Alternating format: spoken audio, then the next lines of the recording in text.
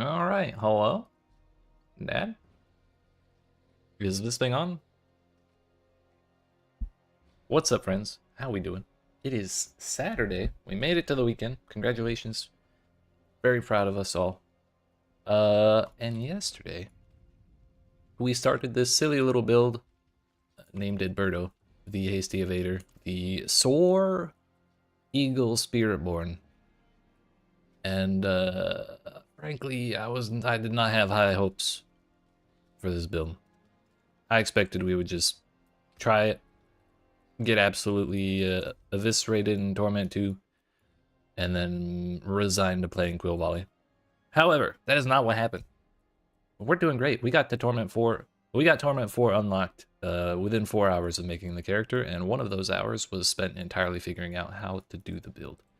Like what the build would do. Like every single point, every single Paragon thing. The glyphs, I had an idea for what to do with uniques, but yeah. Basically, it's good, and it's fun, and I'm having a great time with it. So, we continue today. I played quite a bit last night after the stream, because I just couldn't stop. I don't want to go this way. The attack speed doesn't matter, but the dodge chance. The dodge chance, however, could be nice.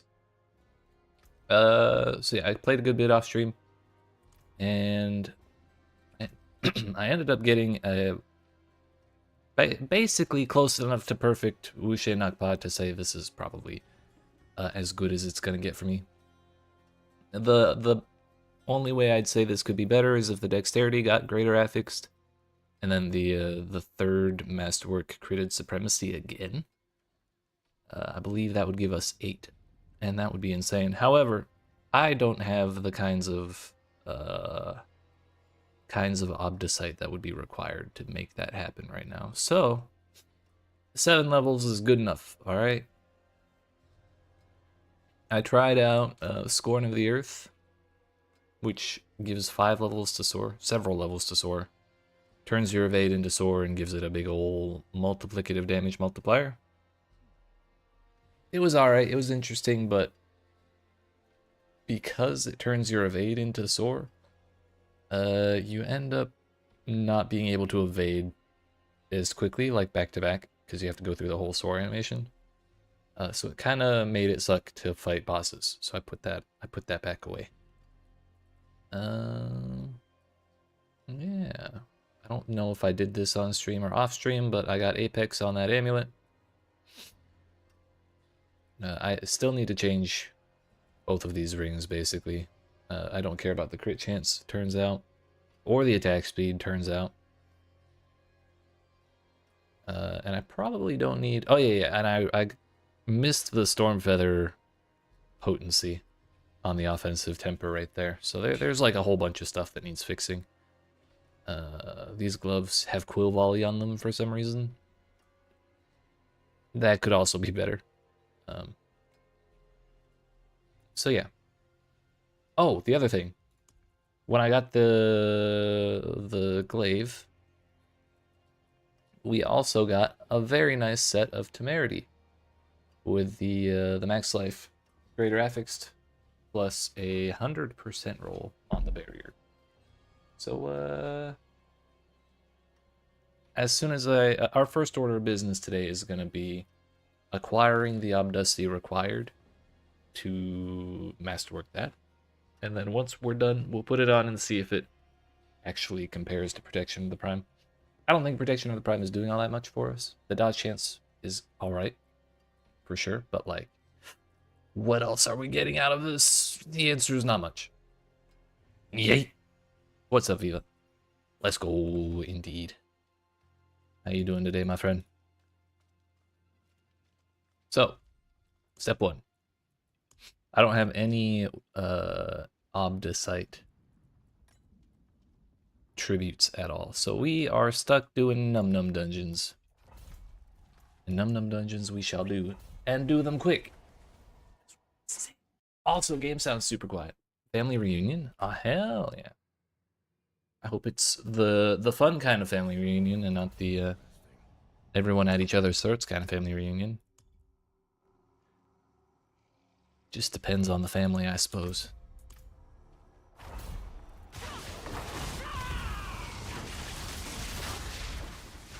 So yeah, this is all we do. We just bird, turn into bird, and we dash. That's it. Very simple. Sir, you need to die. Thank you.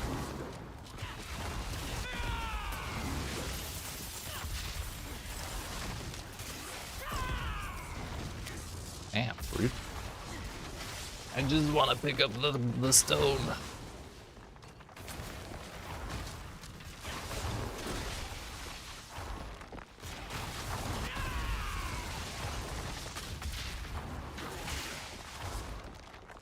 Okay, how high did I level my glyphs? I did a lot of pit runs last night.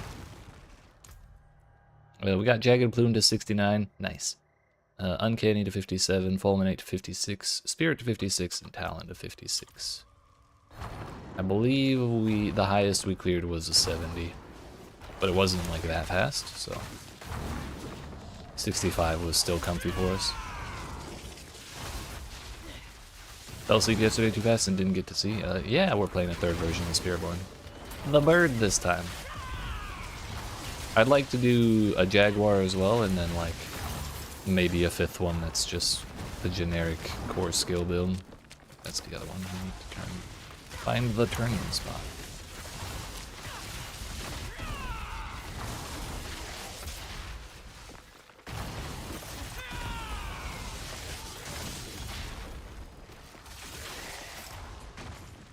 It's over on the top right, of course.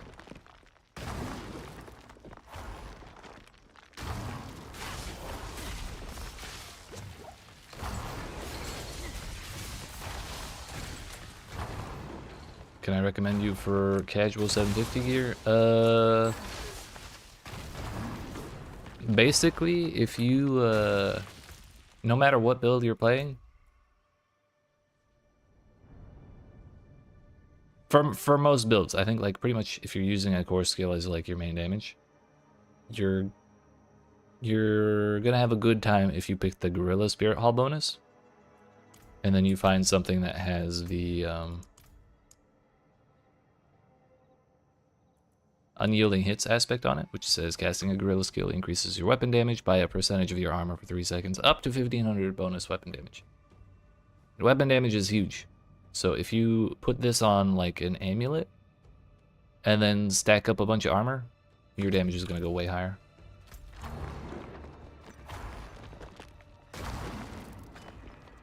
If you're doing something funky like the poison bill or like using thorns as your main source of damage, then it may not be as effective, but it will be giga helpful for anything that's just like straight hit damage scaling.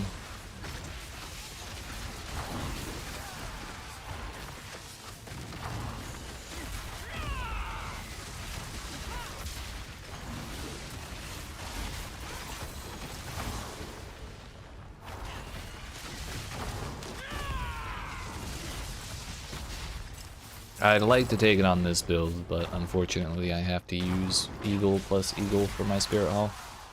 But that said, it is working out very well for us, so I can't complain. Hey, a money printer. Nice. And a goblin too.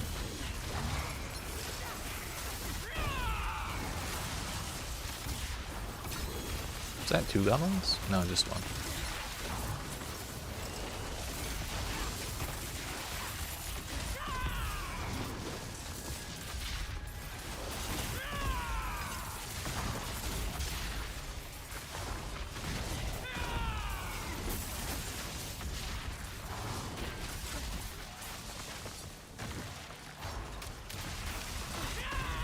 I didn't use my consumables. What the hell?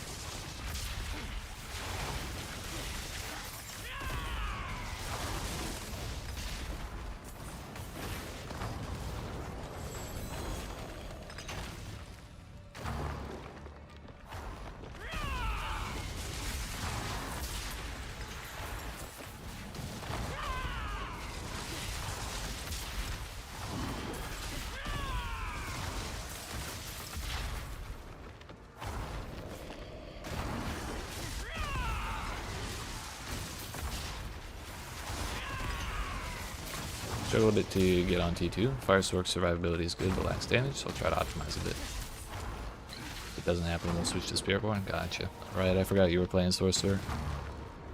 Unfortunately, I don't really know anything off the top of my head about gearing that class.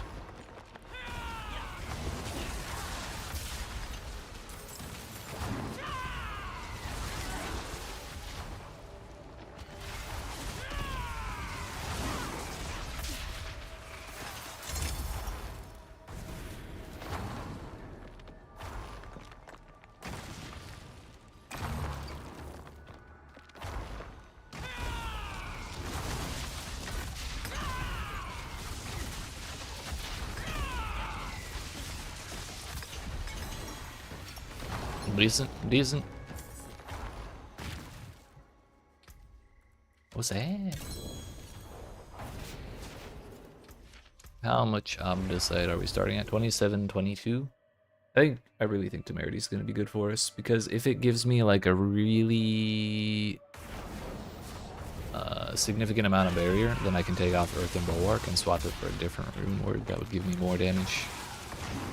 So I'm sincerely hoping that works out the way I hope. Hey, a refinement. Nice. You have very bad gear. Only 2 are at 800, but you're still expecting more. Gotcha. It do be like that. It really is kind of shocking how big the difference is between the difficulties. Like, if we were doing Torment 3 right now, I would actually be one-shotting just about everything.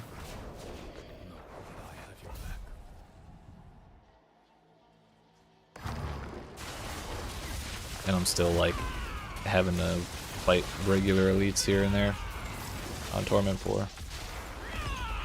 Let alone bosses.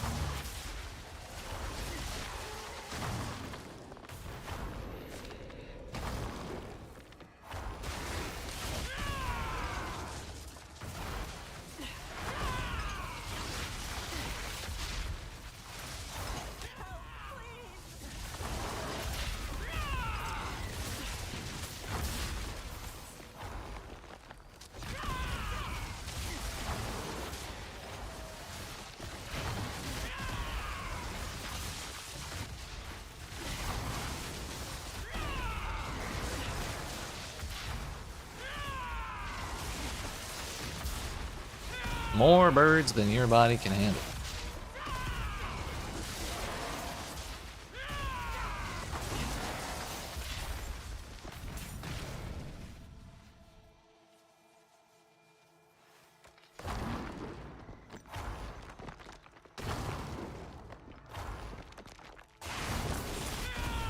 Hell yeah, ultimately that's what matters.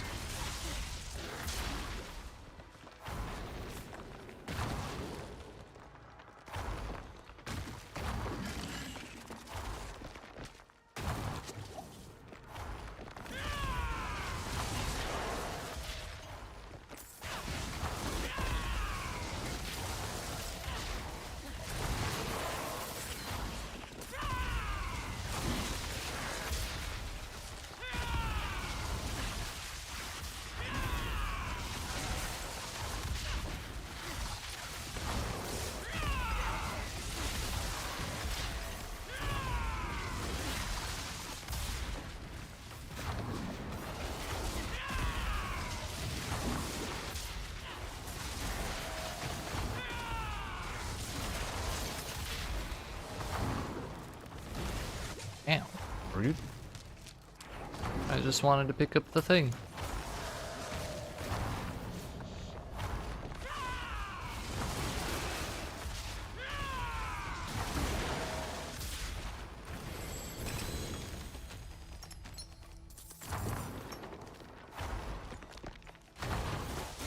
Actual first full season, not following build guides and playing on my pace.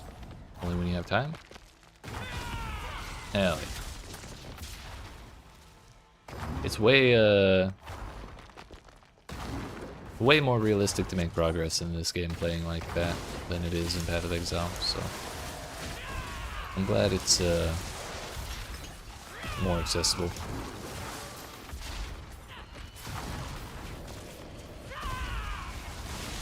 Give me goblins!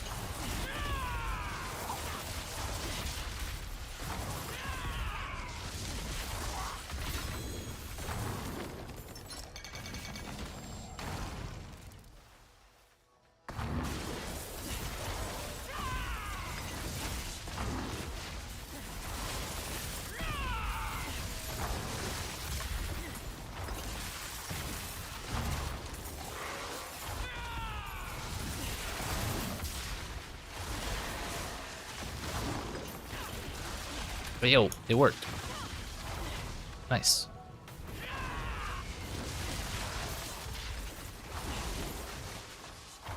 Ah, gotcha. Very happy when I get on.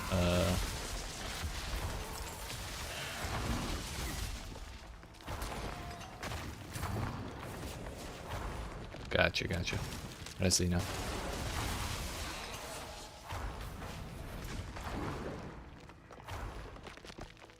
Happens to the best of us.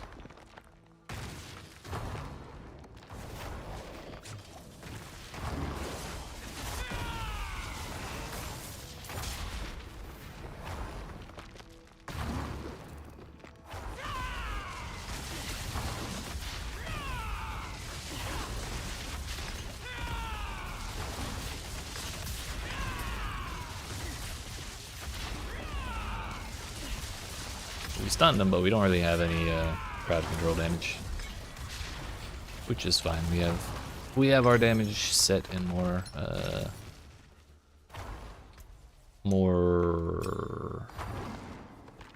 effective conditions, I think. Like ultimate damage, which we do all the time, or storm feather damage, which we also do all the time. Not gonna lie, we only have 4 levels of masterworking on those pants. Maybe I just do 4 levels of masterworking on Temerity and call it good. Another really nice thing about those pants is they have percent life on them, which will give us a pretty big chunk.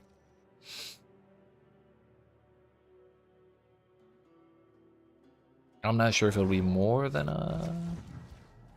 like a flat modifier, but if we masterwork it hard enough, maybe it will.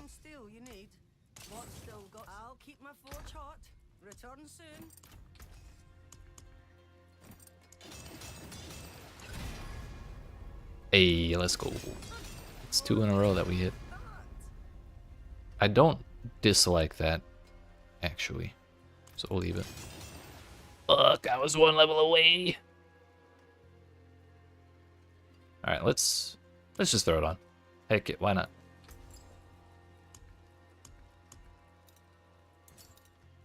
No time like the present.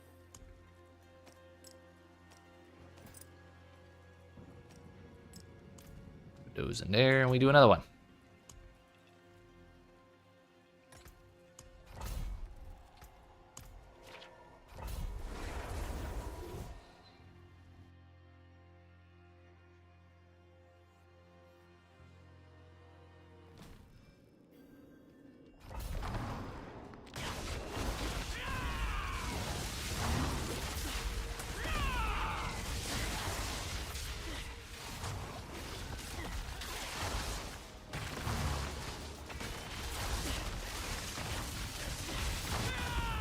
You want to do some Nightmare Dungeons, you go. You want Infernal Hordes, you go. You like Undercity, you go. It's pretty great. I agree. Also, my health did not go up that much at all. So it's about on par with a normal flat modifier, I guess. Although, if we were to use the incense for extra life, in addition to the potion for that extra life, it would be pretty effective that way as well.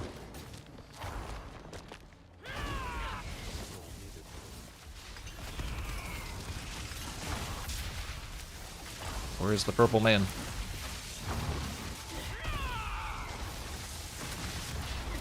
There's more purple men. What the hell? Leave me alone.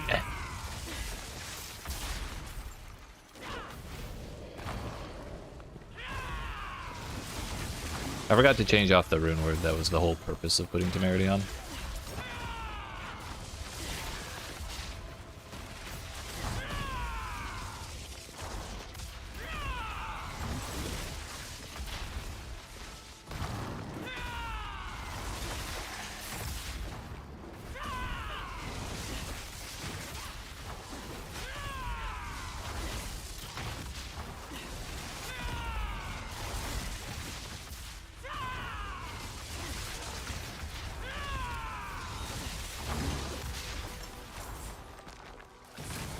The worst part about this dungeon is forgetting to pick up that box and getting to the end and then realizing that you needed to go pick up the box, because this dungeon is long as hell. The way Undercity works, you absolutely adore. I agree. I have a great time with that. I just wish the tributes that I want were slightly more common. Run around, kill mobs, don't bother for drops, you get all at the end. And generally, I don't like how most of the loot is segregated in a lot of the game. But I do understand how annoying it would be to pick up stuff the entire time you're running through there with the clock ticking and stuff.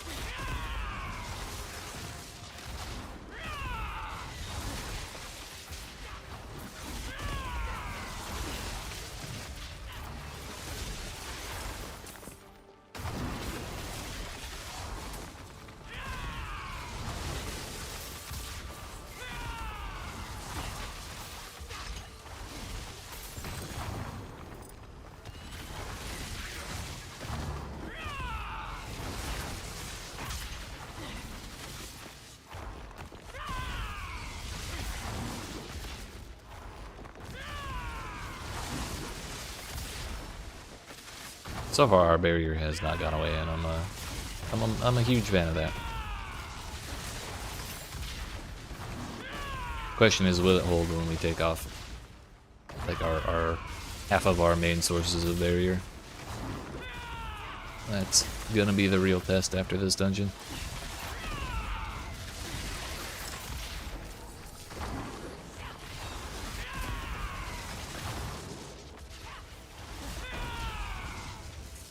Hey, you know, best we can do is the best we can do, you know. Bro, I picked up a shrine cap.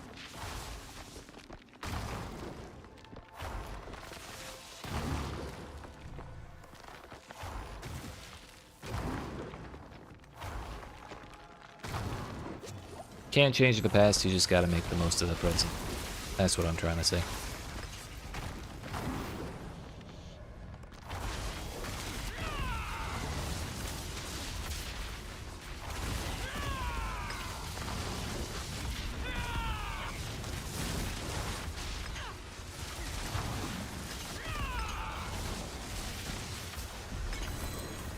Addaloo.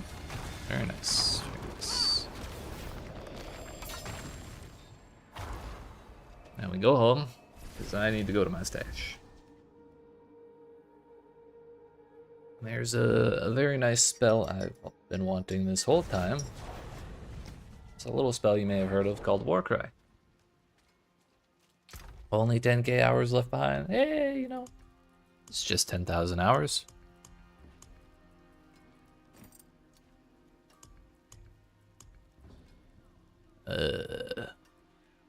There it is.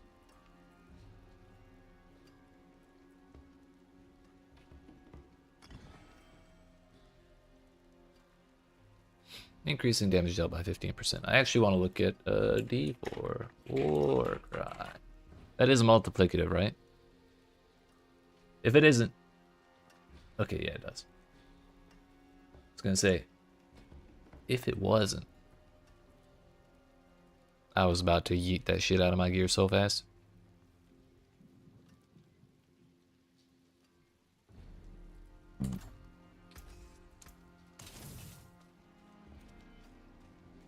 Now the true test. We always knew it was gonna give us good barrier.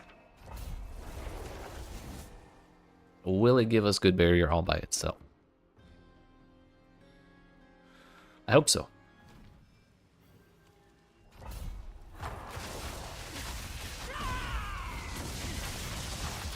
Seems like it.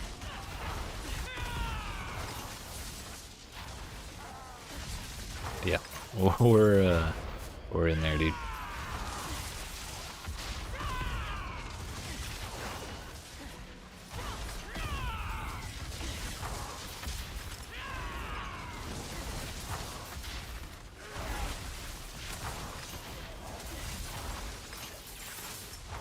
I left anime. Free.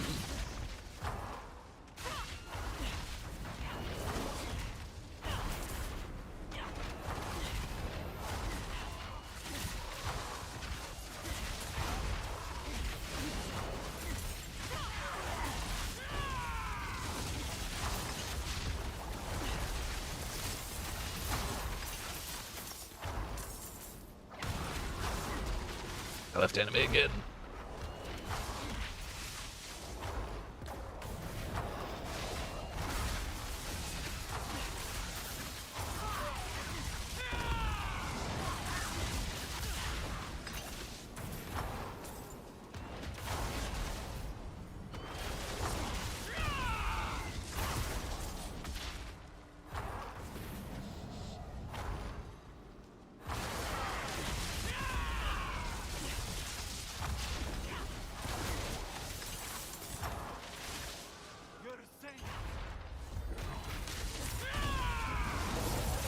It's the butcher.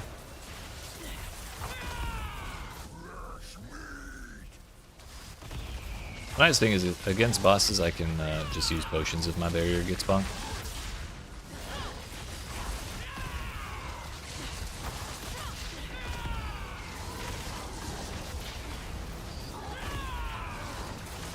Seems like my uptime on Warcry against bosses isn't that high.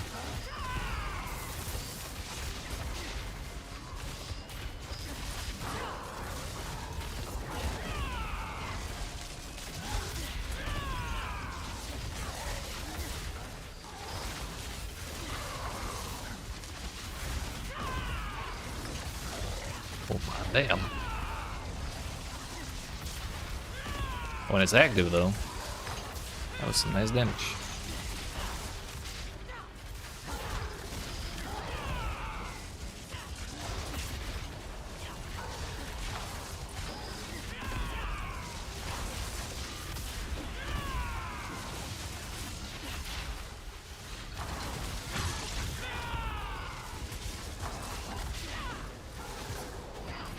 Why don't I make a guild? I just haven't had a lot of people express interest in it. I can though. If you would like to join my guild, I will make one and you can join it.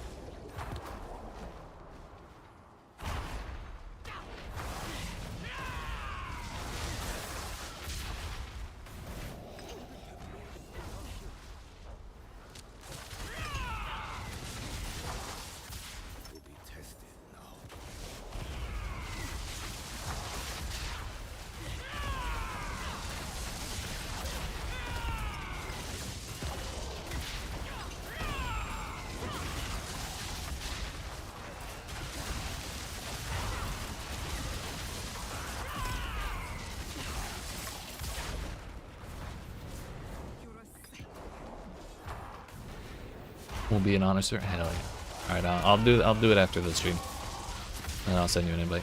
Yeet.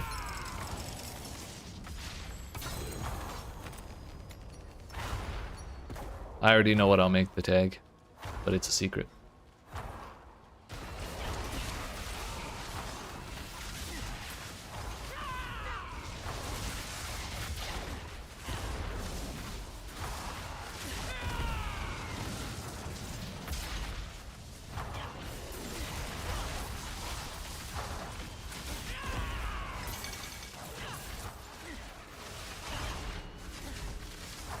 Blood.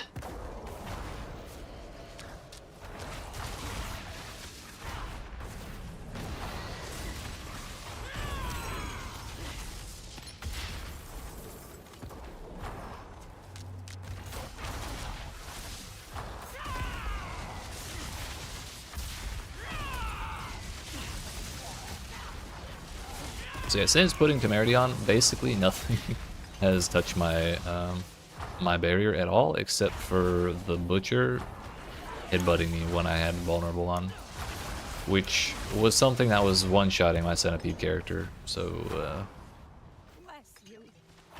I think temerity is a good play for what we're doing here.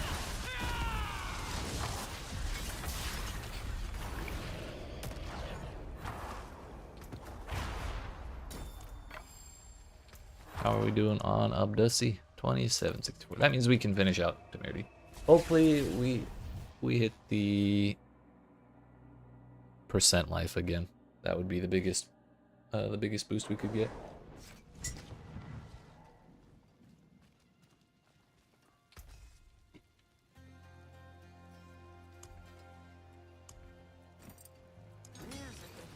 What is it? That's also fine. I can't be upset about that. At least we didn't hit the lucky hit. Clearly we don't need more healing.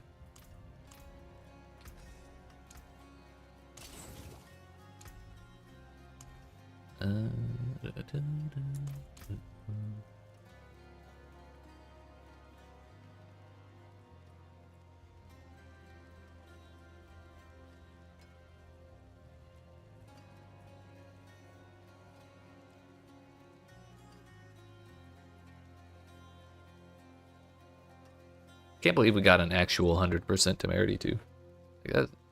That's so nice. Even anything above 90% would have been fine, but like a full 100 is just so clean. Okay,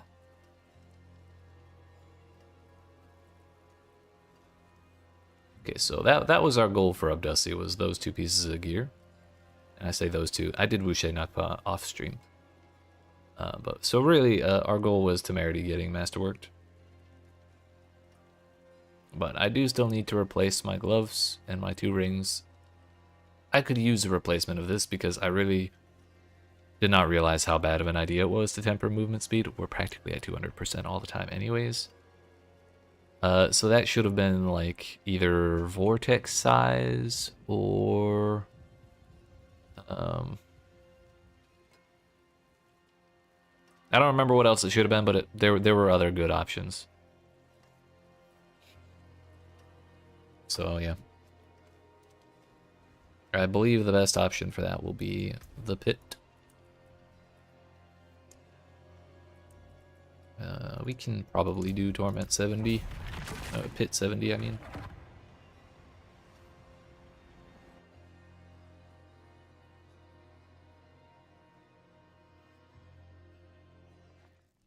From what I remember, it wasn't that big of a time loss to increase the difficulty to there.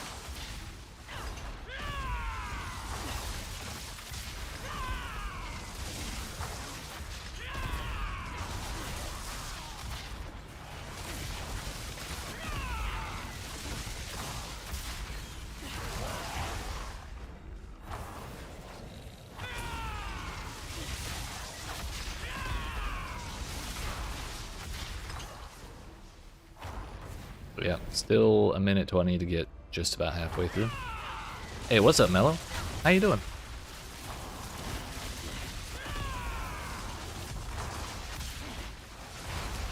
I remember you from the comment section. What's up?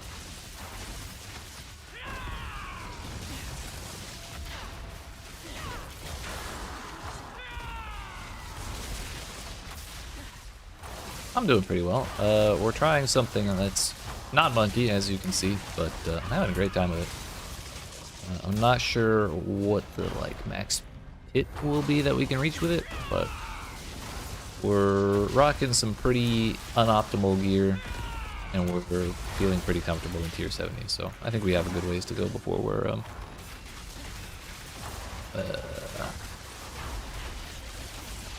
really done with it. Forms build for leveling and or endgame.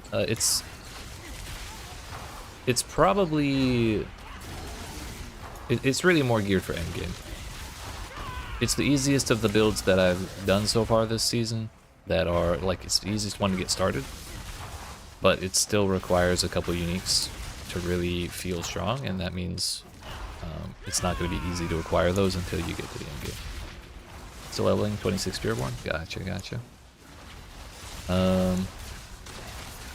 Yeah, it's really hard to do without Razor Plate or Sepazon Tech, the weapon or the chest piece. But you can make it work. It's just gonna feel a lot better with those two things. So the answer is kinda doable early game, but you might have a better time doing something else.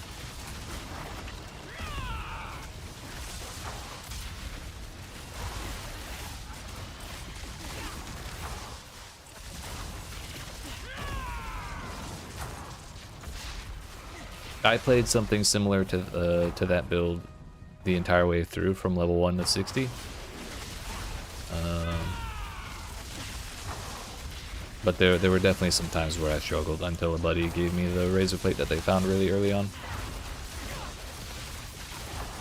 But then again, I played on Penitent, so if you play on like hard or the one under Penitent, which I can't remember the name of, you may have a better time. Didn't know you could choose between choose two. Oh, hell yeah, dude! Gorilla is it's just the best.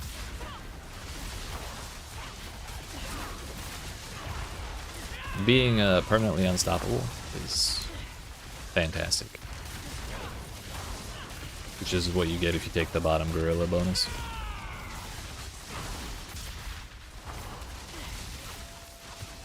Normal Undercity is still annoying and you run out of time pass. Yeah, Undercity is really only good if you have the tributes. If these things would ever die, that is, I don't know why they're not dying. Why they have so much health, I have no idea. But okay. I wonder if it's something to do with that little divot, because other elites were not taking that long to die.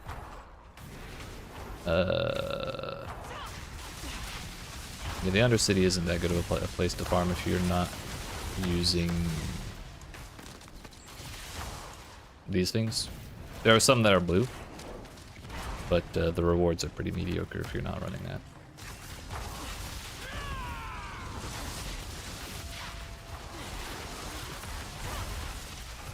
If you're not doing the campaign or anything for your leveling process, then I'd recommend doing like Help Tides. Help Tides are really, really good XP, and a lot of times you can just find people doing the Blood Maidens. Those give shitloads of XP very quickly. You beat the campaign already? Damn, you speed ran that thing. At level 26? I'm impressed.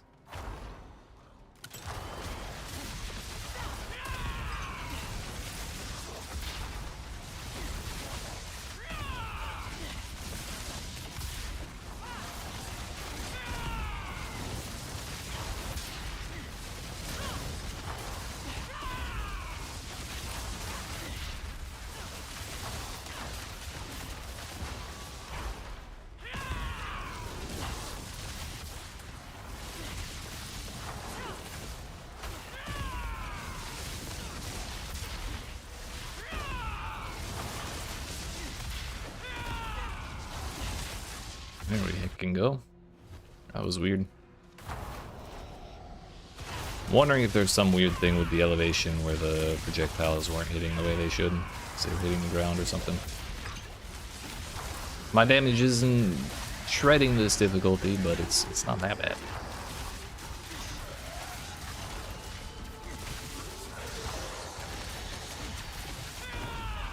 I was gonna say for Obols to get the Kepaleki weapon. I gotcha. If you want to use Kepaleki, then you might be better off looking for like a Crushing Hands build, because Kepaleki is based around using core skills, which Crushing Hands is the monkey core skill.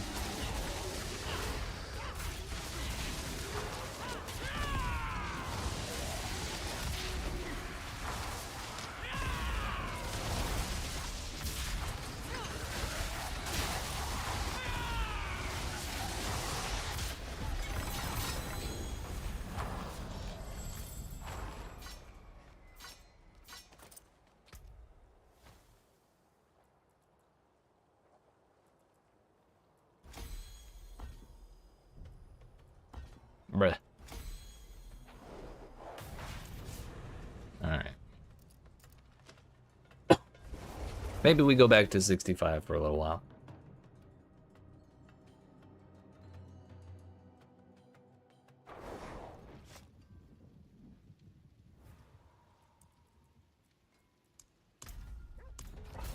70 is doable, but I want stuff I can zoom right through.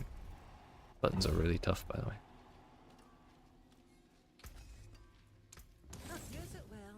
Speaking of obols, I've got 1540.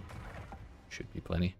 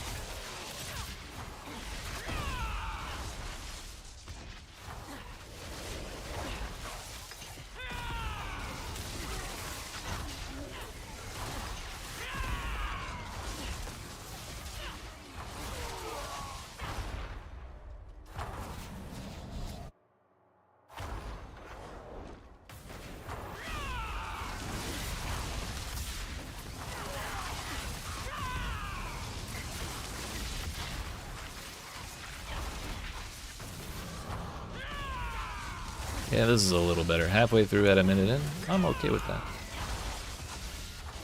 Fine by me.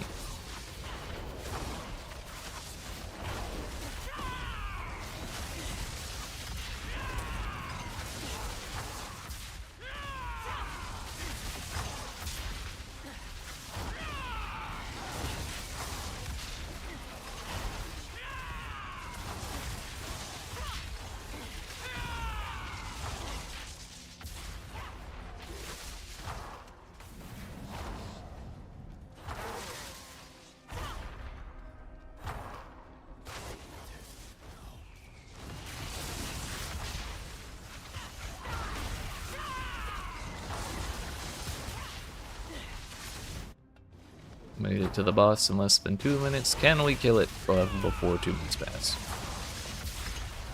Yup. Yeet. Hell yeah.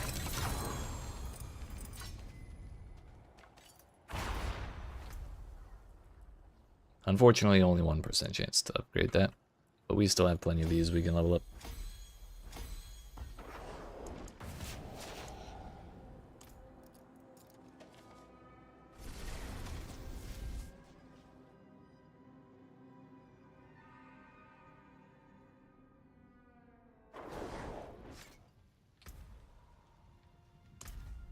Okay. Every time we do this, we're getting like 9 legendaries and a couple hundred obols. So it's really one of the better ways to farm up like ancestral stuff. And then we're getting a shitload of XP for completing each run, like 6 million or so, I think, at this tier. And then on top of that, we're getting glyph levels. And each one of those makes us a little bit, just a little bit stronger, but they do add up.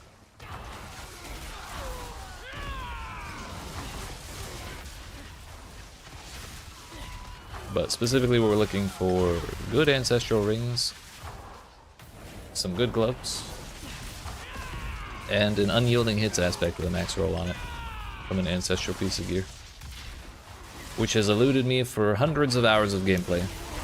I'm very upset about it. But we'll get it one day, damn it. On principle.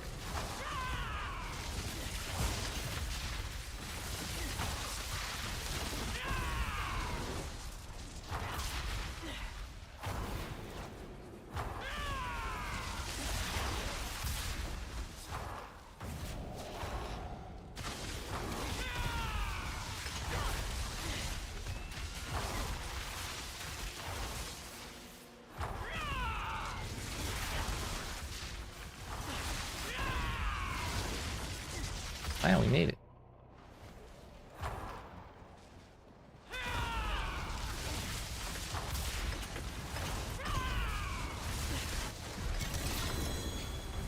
Amulet, polearm.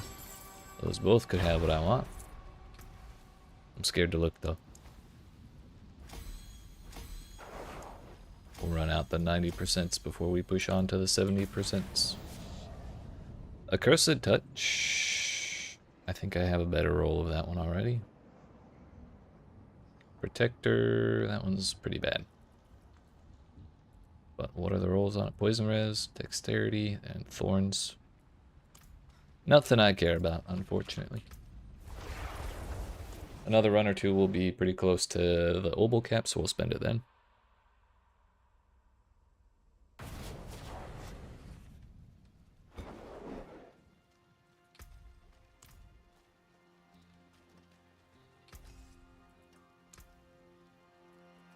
I'll keep my forge hot. Return soon.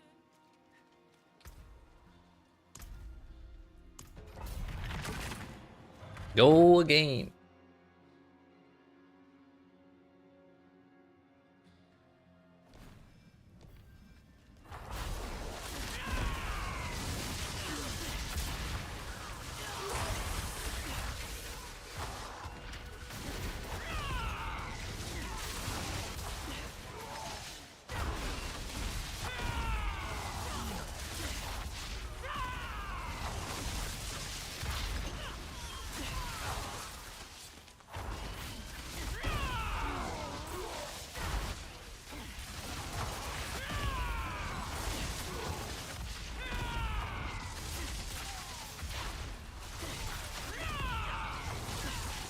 That's not the path forward.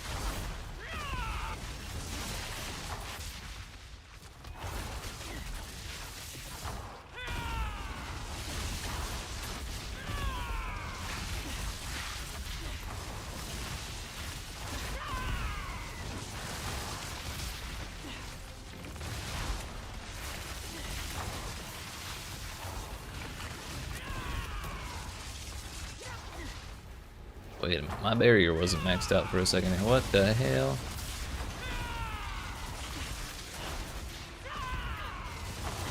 Oh, I just realized the barrier on Temerity doesn't have a duration. At least it doesn't say it has a duration. Maybe that's why we're having such good uptime on barrier. It just doesn't go away until we lose it. In that case, it's insane.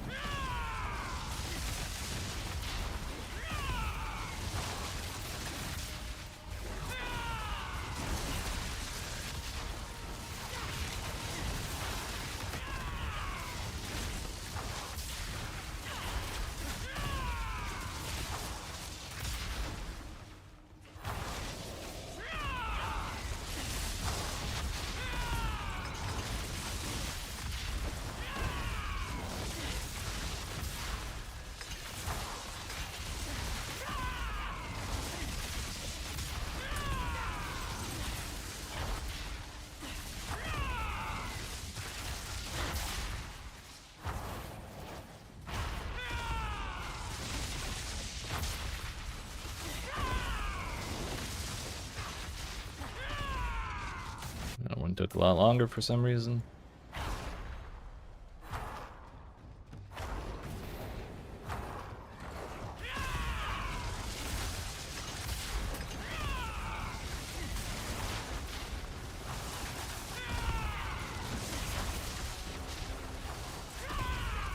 Still gorillaing, I see.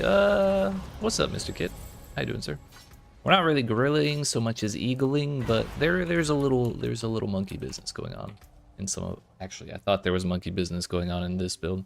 There's no monkey business here, unfortunately, but the monkey business is ongoing in my soul, constantly, nonstop. How are you, sir?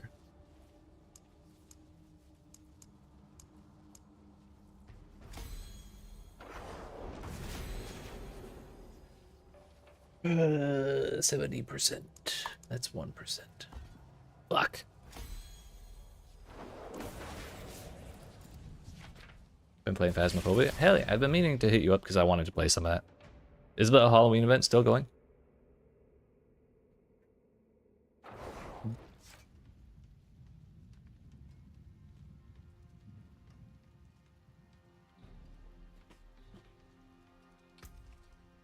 I will be streaming for approximately 3 more hours. So if you are on later tonight, I'm interested.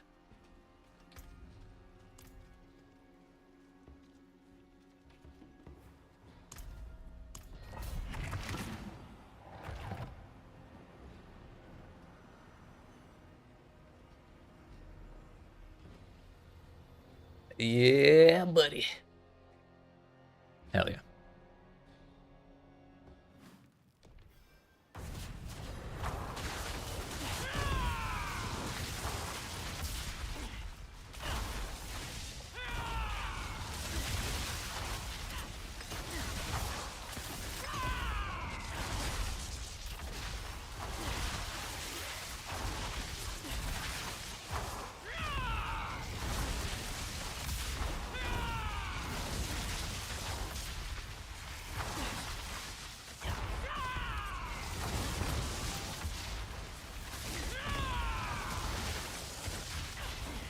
Damn, I wish we had room for monkey business in this build. A little bit of unyielding hits would kind of slap, but we really don't have room for it at all.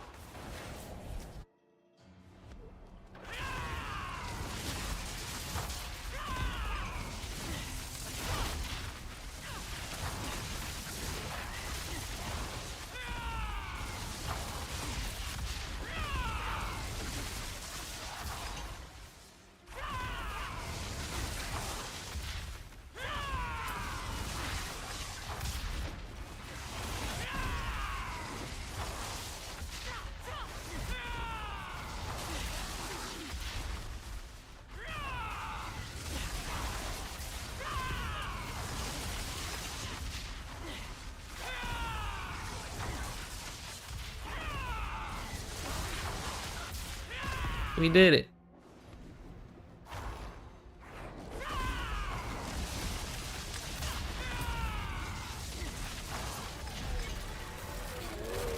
I guess that's decent.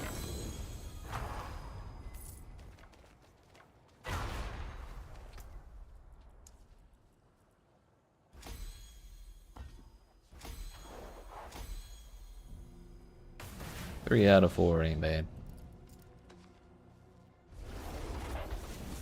We'll get all these up to where all these glyphs up to where they're like 55% or lower, and then we'll consider moving up a couple tiers.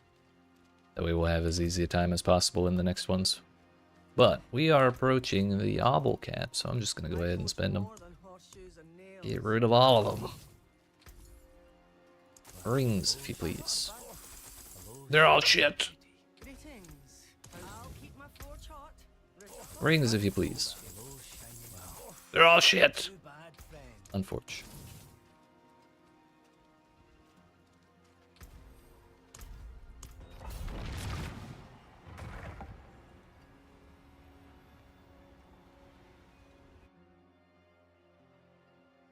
Well, that's okay, we go again.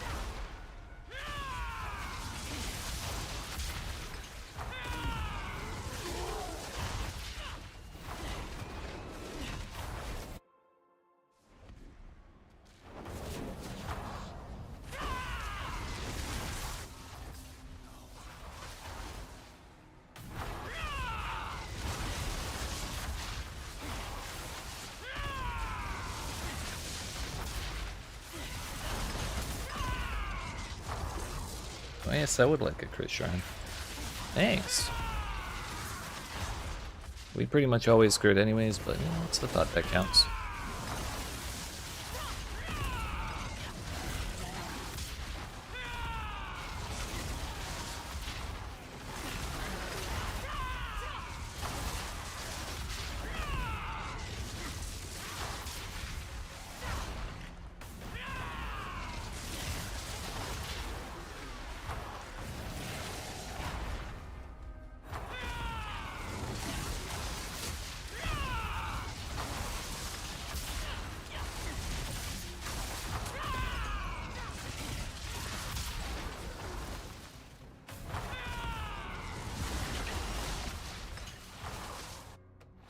Less than 2 minutes bedtime feels good, man.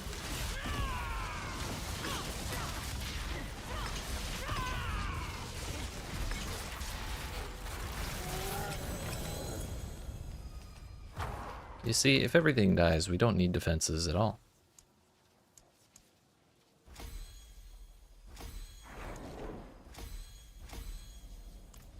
%100% success rate. Yeah. Also, that glyph stone has a health bar for some reason.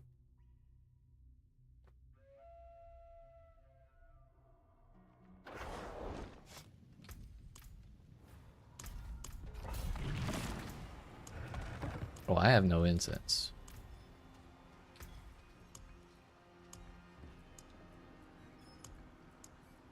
That represents a problem. Excellent.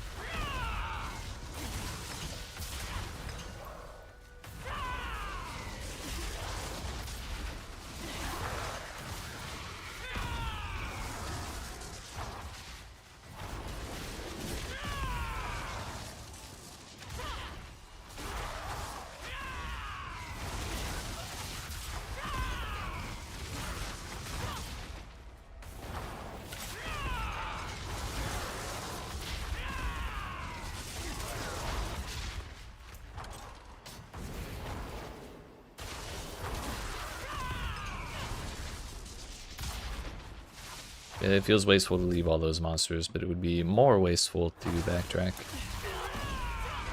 We simply continue. We only go forward.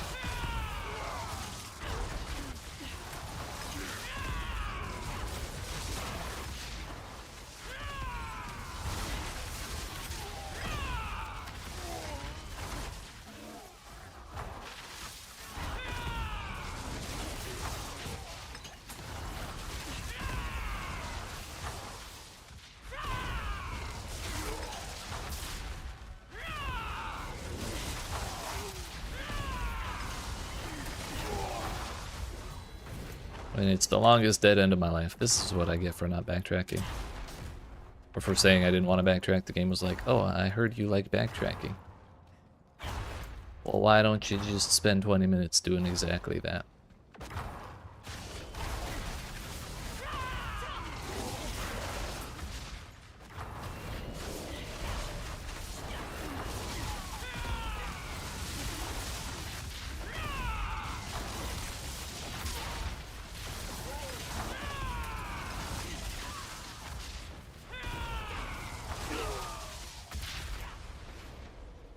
Ah, perfect.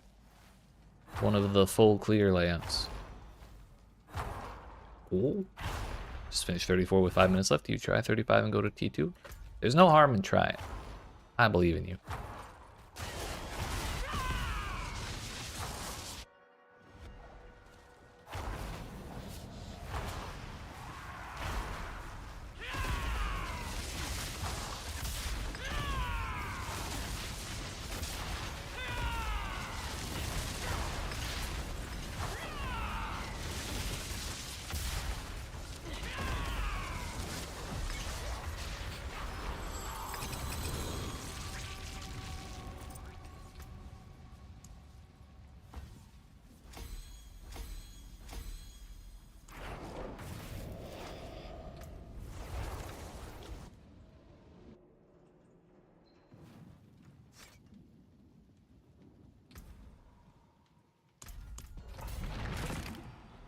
Again.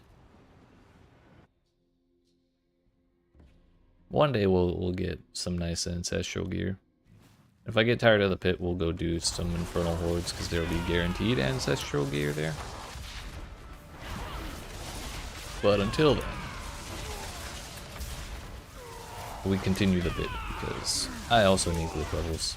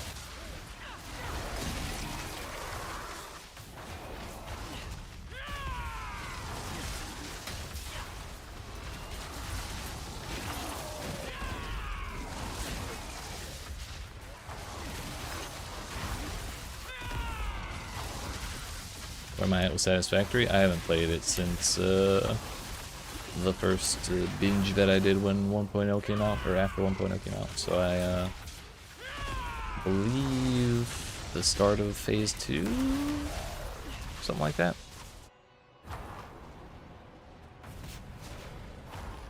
I know I'd not gotten oil going yet.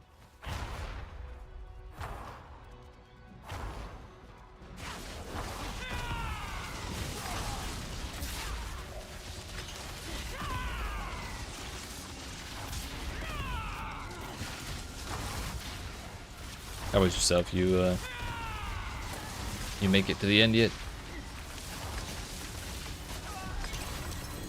Everybody definitely went around running for alternate recipes, dude. The time I did that, and I sent you those recipes it was showing me, it showed me the same shit again. I was so pissed. Bro, 3 out of 4 failures on 70%. Got close to 2,000 iron ingots per minute. That's a decent amount, I guess. Question is, do you have the infrastructure to use 2,000 iron ingots per minute?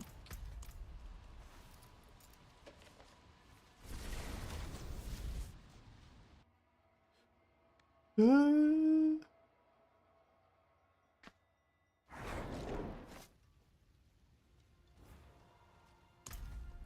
would you look at that? We go again. That's actually the next stage. Ah, I see. One step at a time. Makes sense.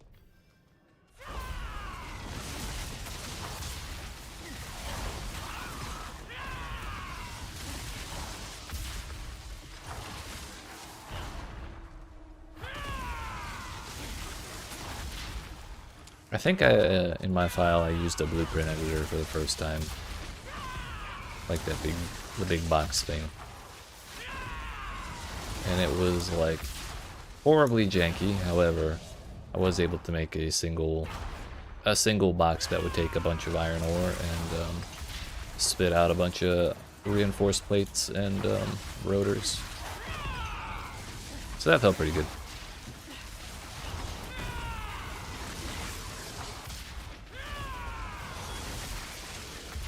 It was like tight though. there was not a lot of room for any kind of activities whatsoever.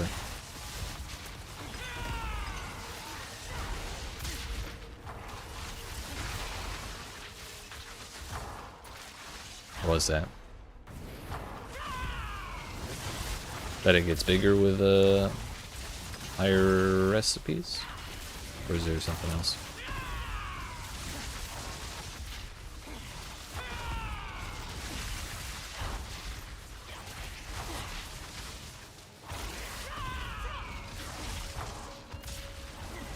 Gotcha, yeah, I think I did see that somewhere. Nonetheless, it is good to know. Thank you, sir. But when I read the description of the blueprint designer, it was like, it basically said, if you complain about the size, you little bitch. So I felt personally offended by that. So I took it upon myself to build in the smallest size possible.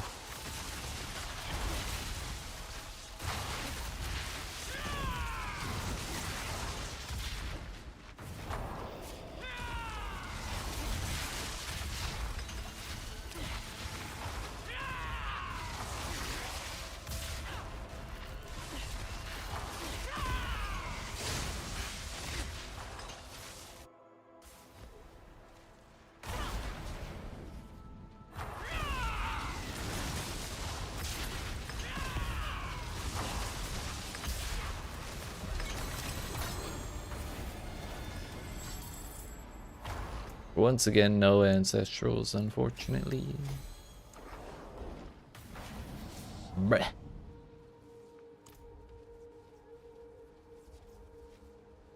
I'm not sure spoilers about the story, but it's definitely a reason to explore the map in full. That map is huge, sir. The whole thing? What the fuck?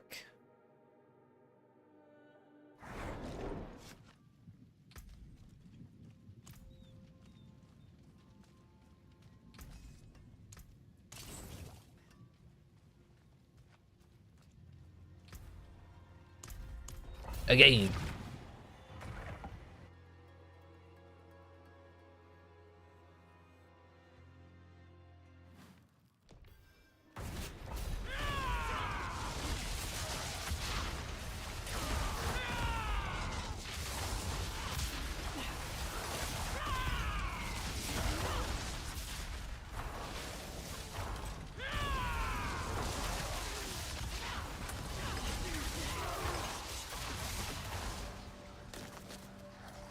That's a lot of emojis. Damn.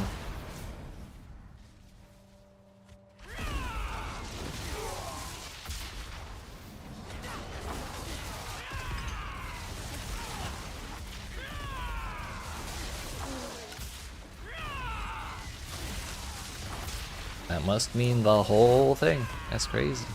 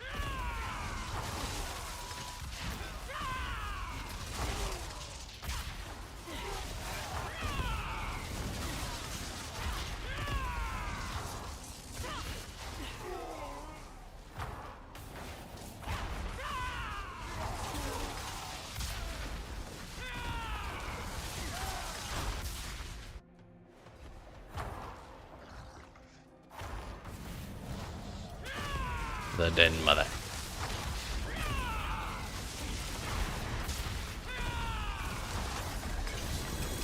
More like the dead mother. Got him.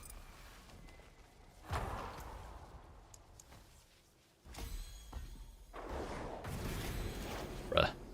These failures are killing me. A minimum roll turbulence. I need a maximum roll one of those. Also, those go on pants. Hello?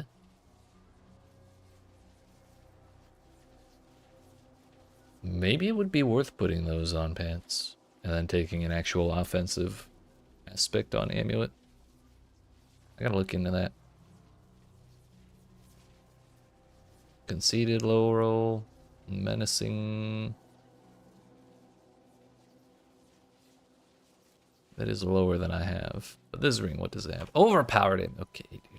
Okay, video game. Just tell me you hate me, why don't you?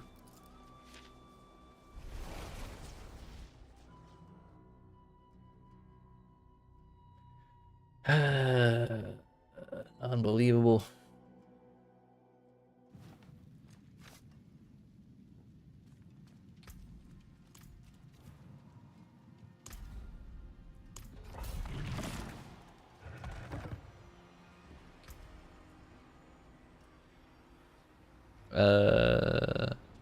I know what I said about the amulet thing, but also, I don't want to take temerity off. Kind of forgot about that minor detail. The temerity has actually been treating us really well. Also, I lied earlier. The barrier, it does last 8 seconds. It has a duration. We're just generating so much barrier, it never runs out. Feels good, man.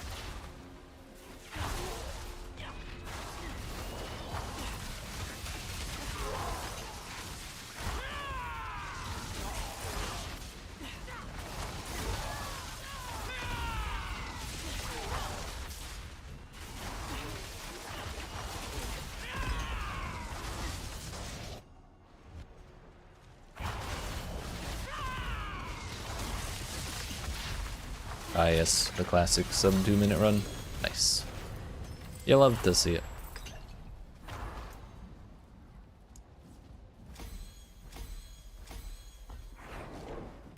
I was hoping we get the full victory, but that's okay.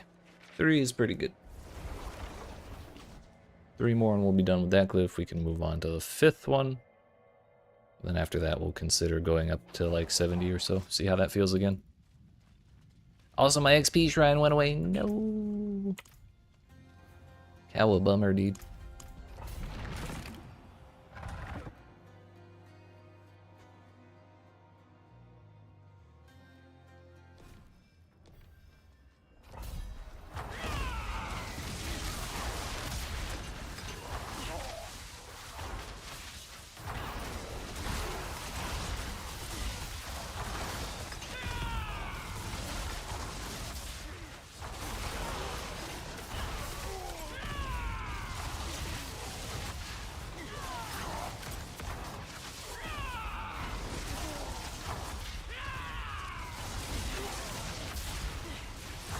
I think it would be bad for me to take the artillery shrine.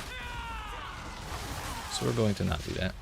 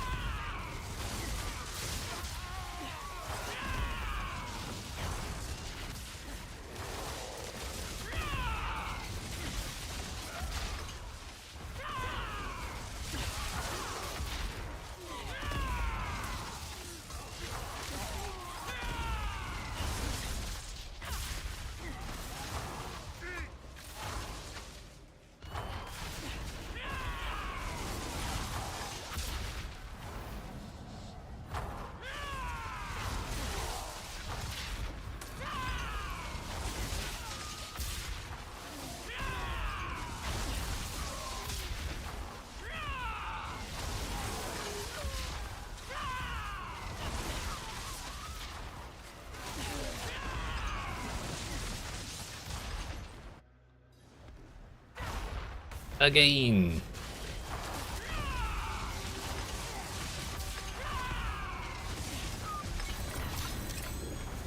Easy peasy.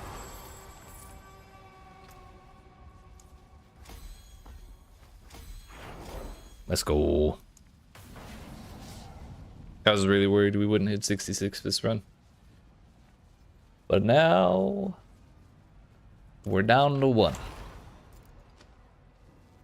8 more levels on that one.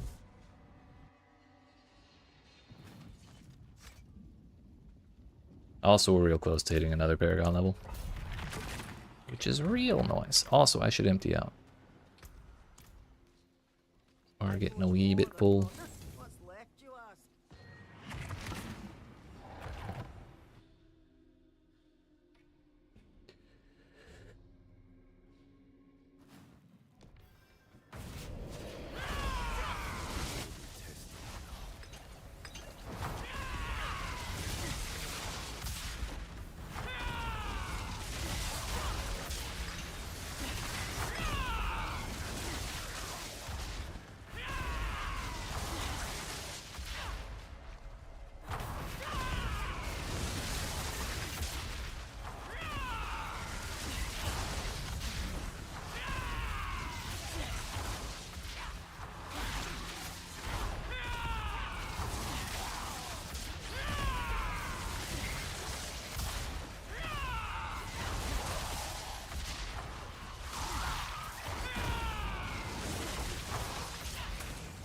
Man, being able to jump over and around and through stuff is like the best. Feels a little like cheating, but they let us do it, so I'm going to do it as often as possible.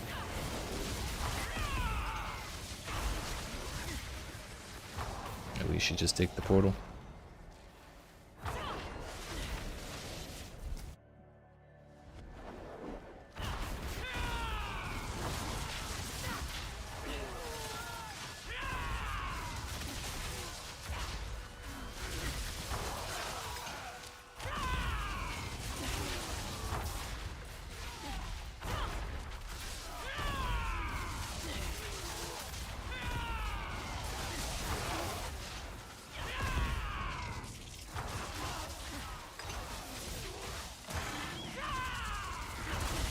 And where to find the Echo of Lord Zur? He is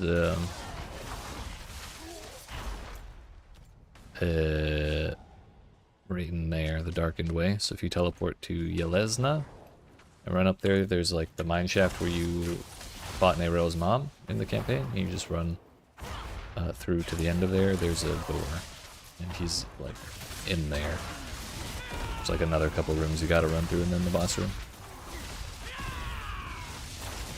But you need 12 exquisite blood to summon him, these things. Yeah.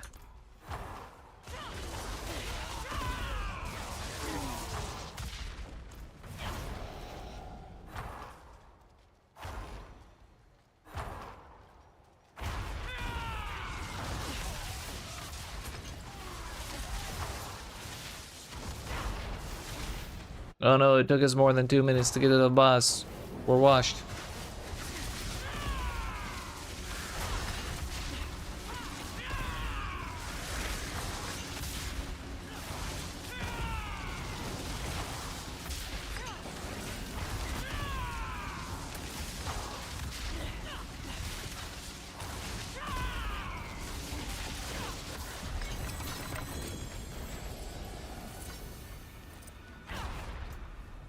I think if we go to higher pit tiers, we'll also get more ancestral gear. At least I hope so. But I guess we'll find out. For now, we've been getting a pretty demoralizingly low amount of ancestrals.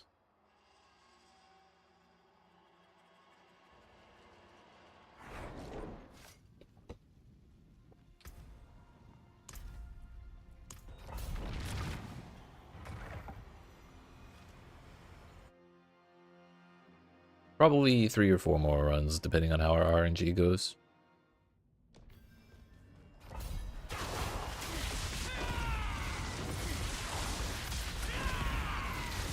There's a burglar game version of Among Us, except it's like work together and stab your buddy in the back kind of game with scary monsters. Interesting. So it's not like there's one imposter and he's the or they're the monster. It's just common goal and either sabotage or help.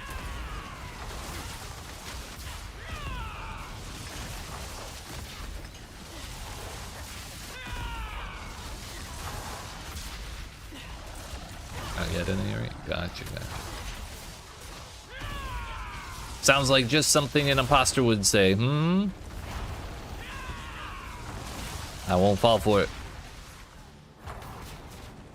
Called Dark Hours, and there's a free demo of the prologue. I'll have to give it a look sometime.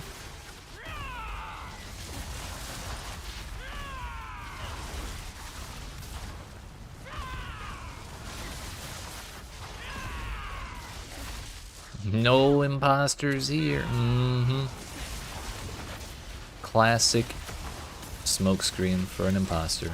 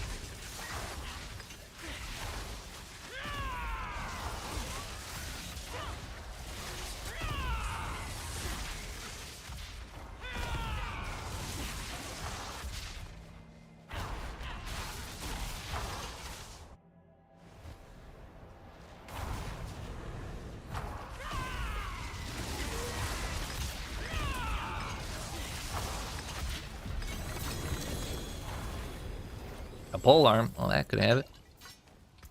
What is it? It's shit.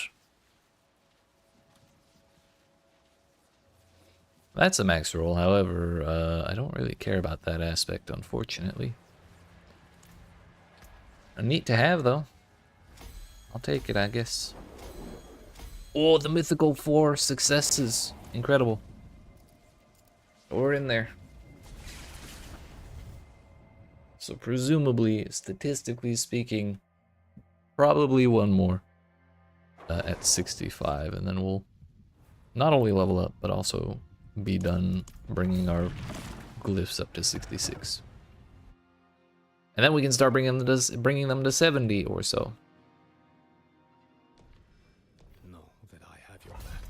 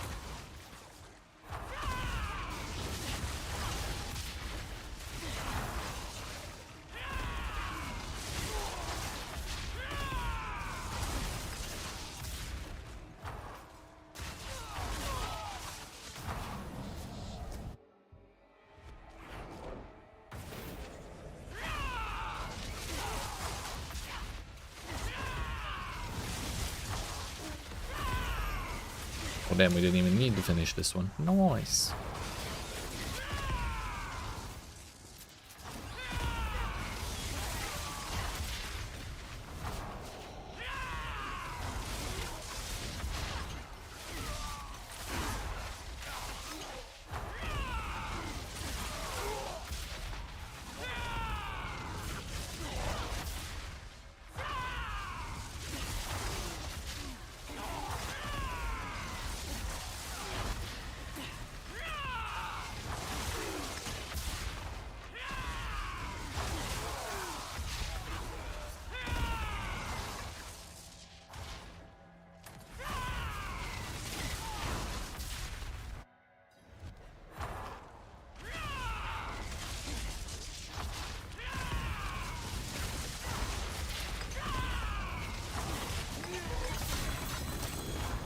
Yo, Ancestrals from 2 in a row. Let's go.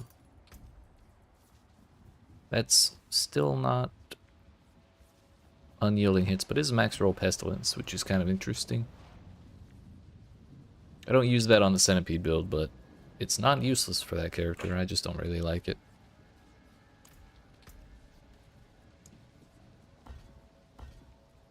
Bruh. Why?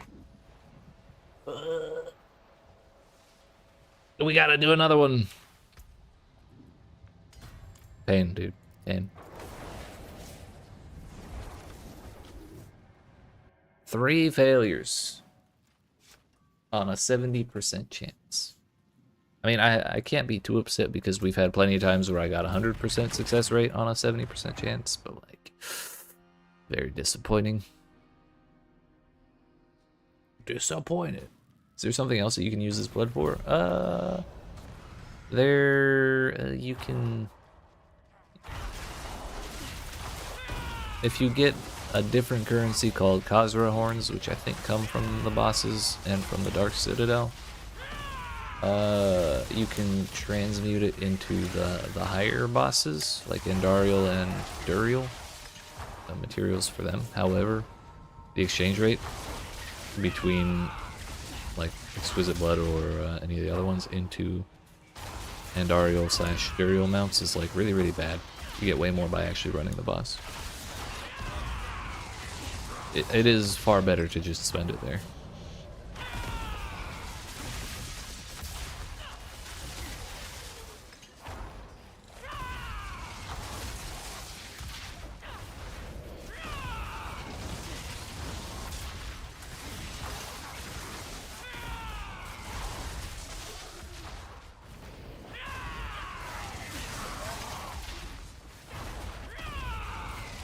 Yes, spend it all there.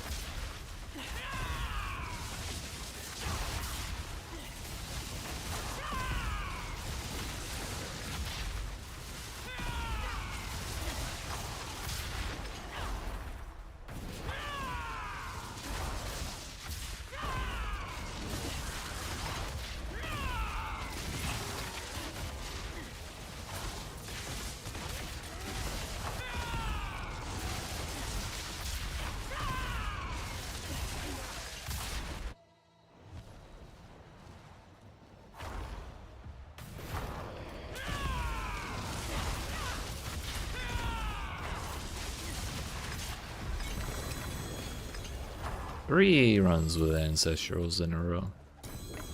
And my inventory's full. Falling Feathers, that's actually a pretty high roll. Not quite max, but pretty good. Okay, thank God. I think we go with Canny first. Nice. Nice to you.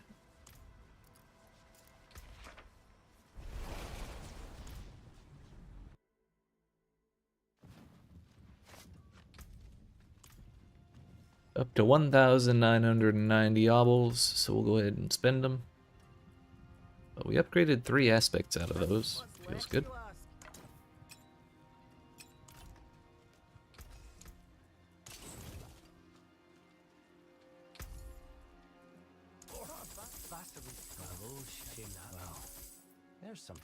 Sir, it has been like 7 inventory loads since you've given me an Ancestral Legendary.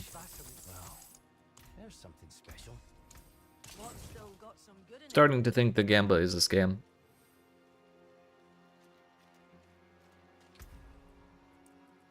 What do you mean gambling was rigged the whole time? What the fuck?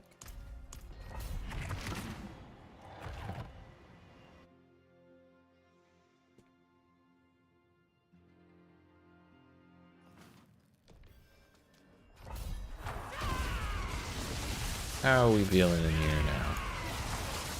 Pretty darn good.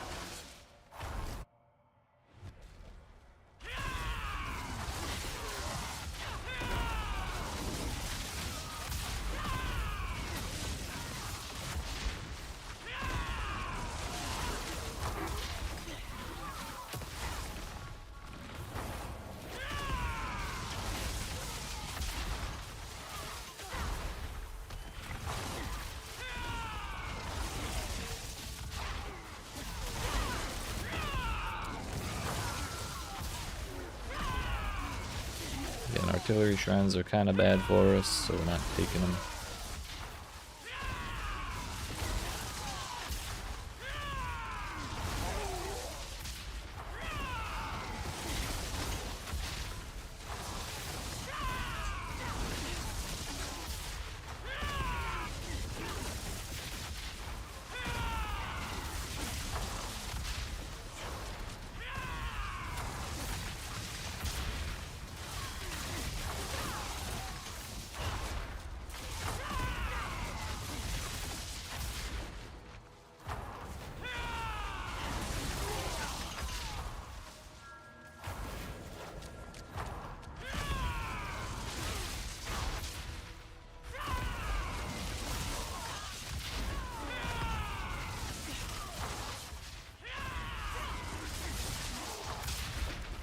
Two and a half minutes on pit tier 70 seems pretty good if you ask me.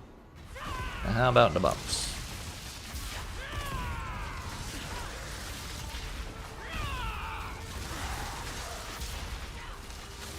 Reasonably fast, I'd say. Ethically fast. It was still less than 30 seconds. Or like about 30 seconds. That's still 55. We'll do some of the ones with better chances. W. Maybe we try 75. I'm a little pessimistic about our chances for 75, but it's not impossible. Even if it's doable, we might be better off running the lower tier just since it's faster. I don't want to be doing like 7-minute runs in the pit.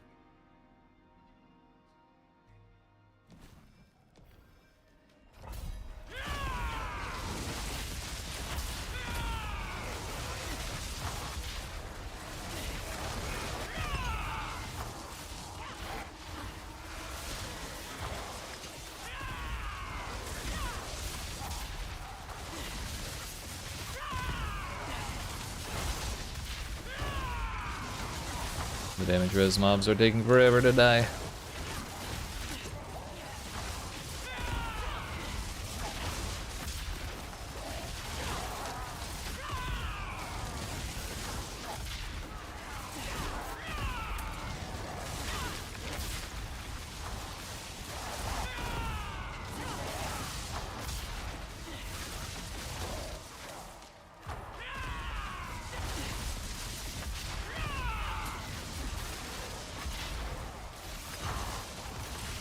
wondering if the damage resistance modifier is still staying on them, if they're standing near where the damage modifier, or the damage reducer died.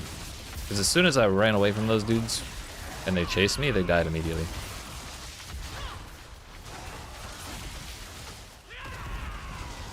So like these guys kind of stopped taking damage, but maybe if we come over here.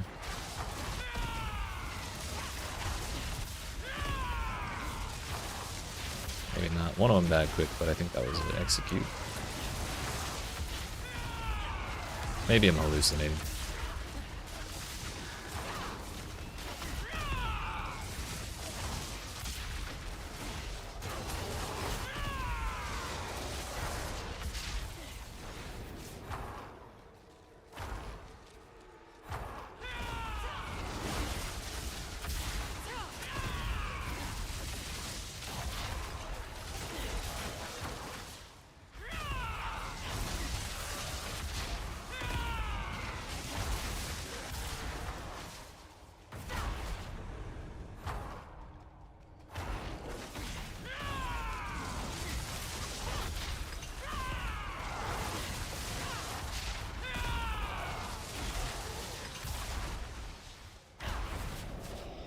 Halfway through at 2.5 minutes. It's reasonable.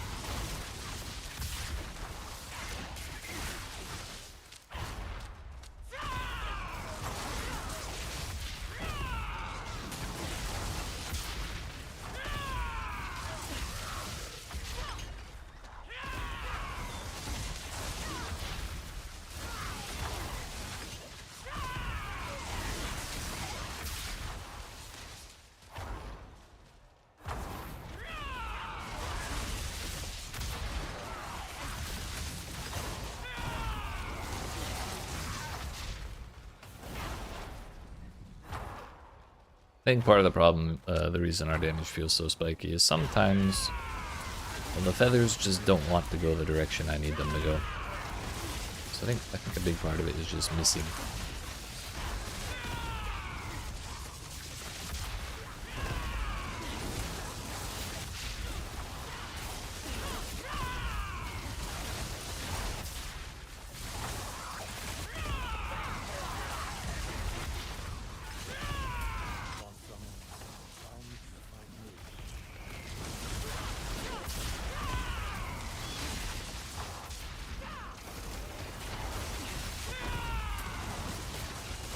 This man's beefy.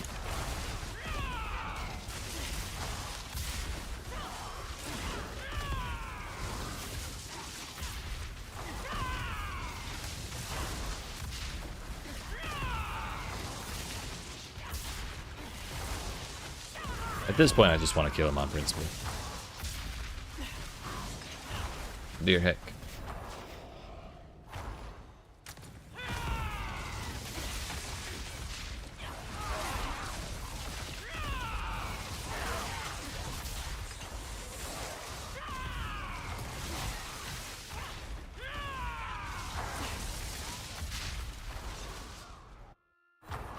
About 5 minutes to get through the dudes to the boss.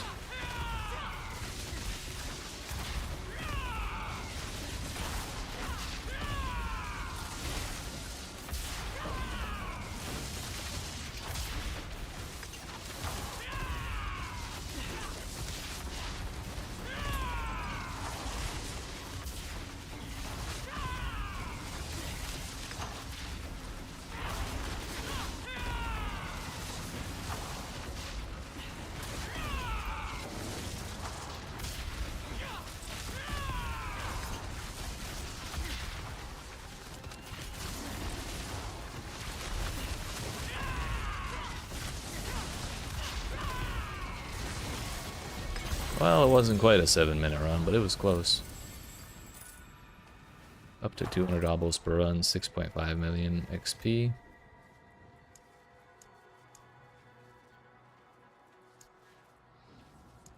think we level Jagged Plume as high as we can, because that's probably our single most effective glyph.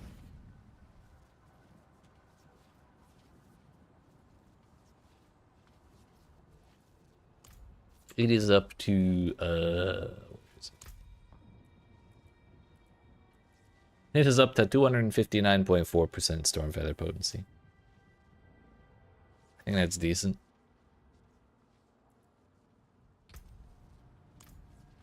That might be alright.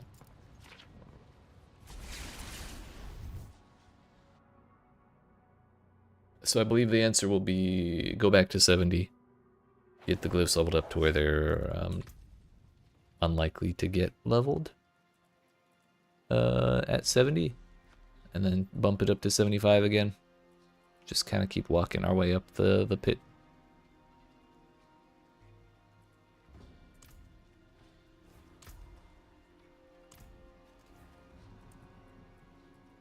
$75 is doable right now, but it'll be more doable when we have more damage. Believe it or not. That's crazy, I know.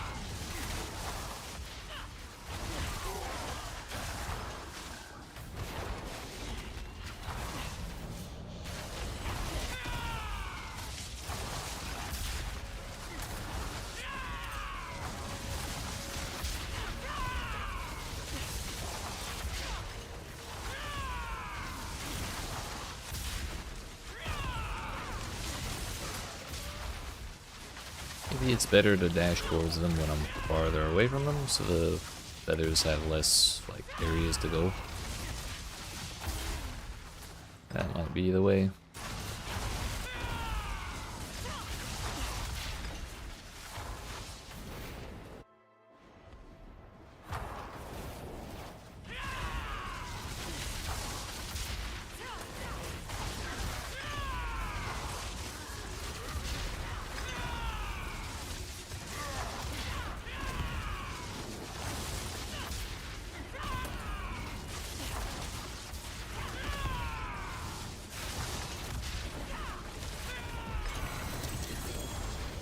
Seems reasonable.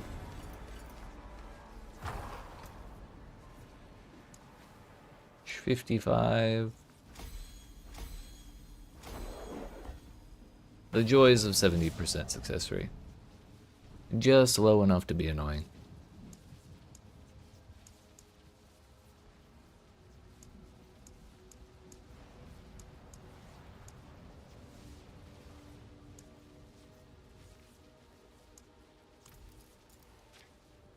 Nevertheless, we go again.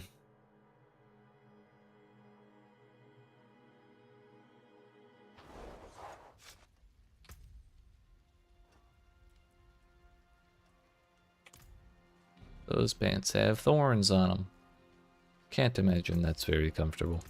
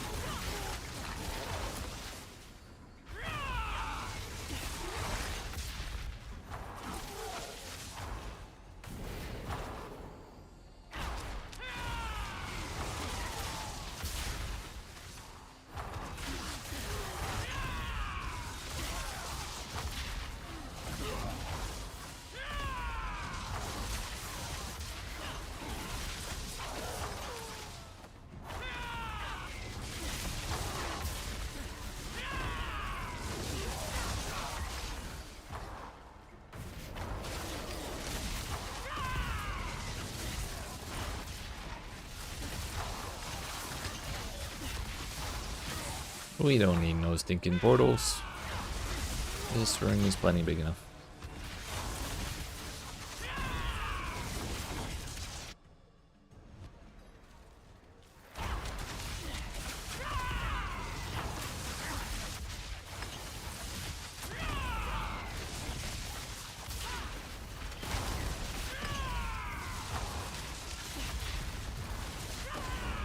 Hopefully we can tank that. Seems fine.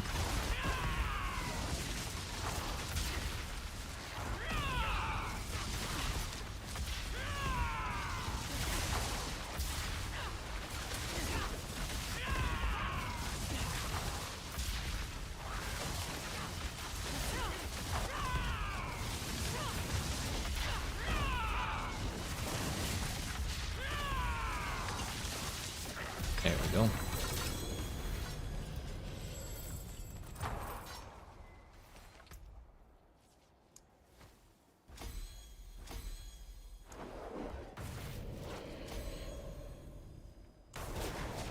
What's that? A low roll soothsayer. Nice.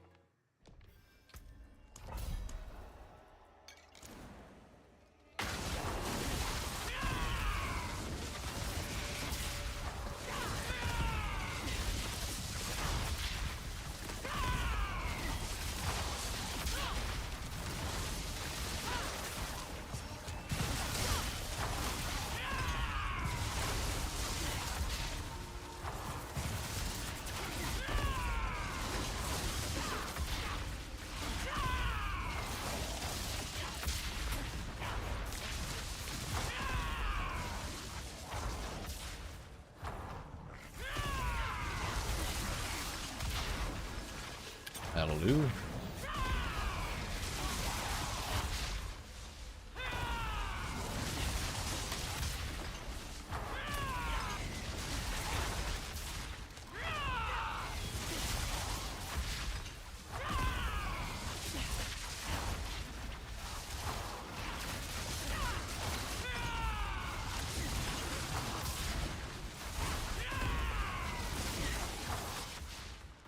For some reason things are dying way quicker in here, and I think it's because we're being better about keeping the eagle on stuff.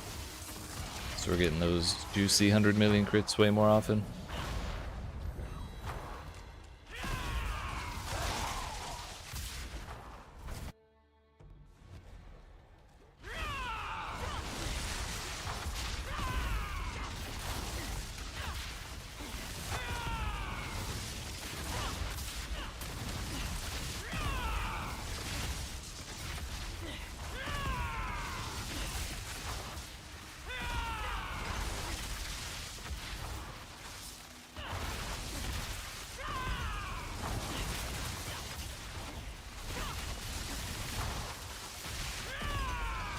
Maybe exploit would be good after all. Not 100% sure yet. But maybe we'll experiment with it later.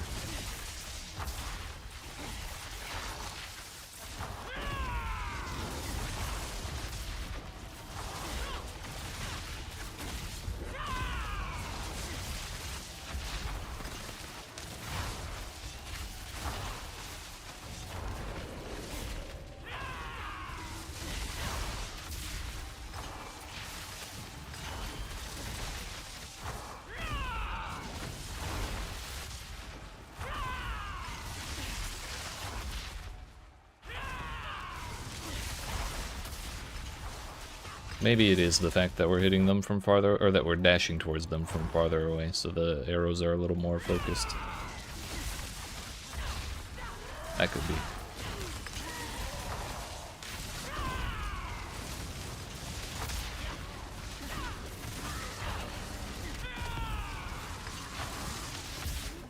be. Yep. Feels good, man.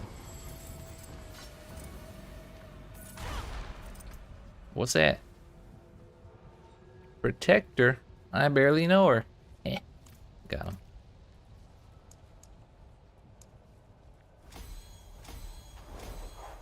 Let's go! They all succeeded. So now we just have one more that we gotta get to 71. And then we'll consider 75 once again.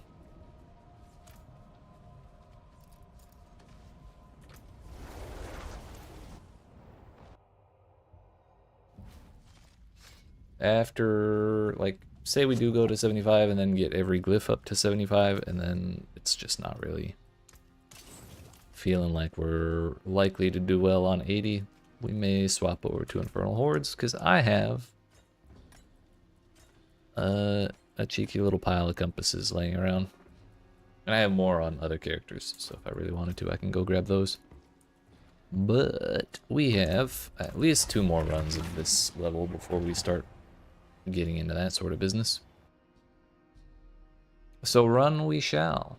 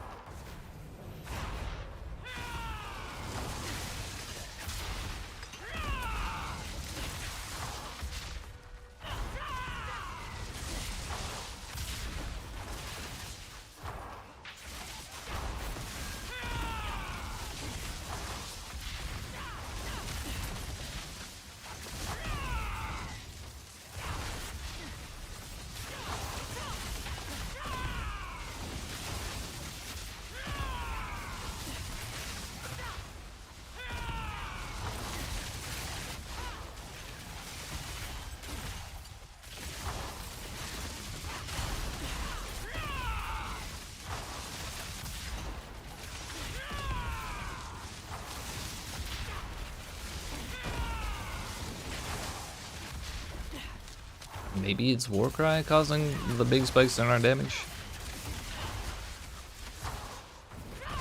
Sure. If it is what's causing our damage to feel good most of the time, then it's being more effective than I expected it would, so I'm not 100% convinced that's what the case is.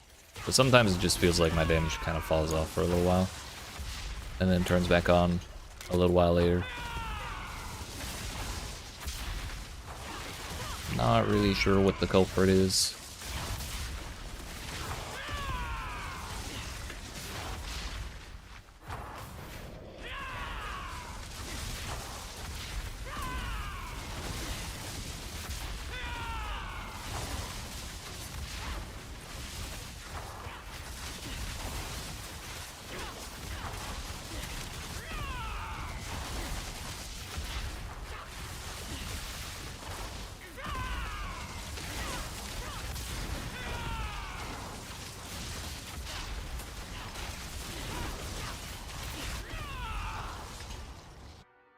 That'll do, I suppose.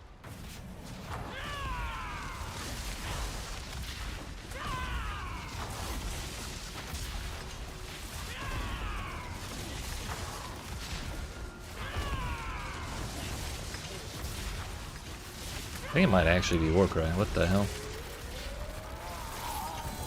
That's pretty good.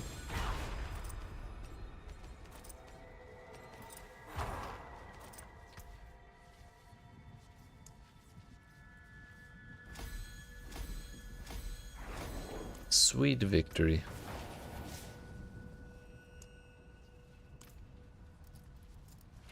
We'll do one more 70 just to cap it off at 71 on all glyphs.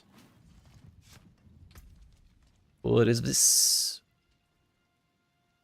Rock splitter with dodge chance. Healing received. That might be nice on my monkey. I already have max roll assistance, and that's not a big roll anyways, so that doesn't matter. Is there a better way we could trigger a Warcry for higher uptime?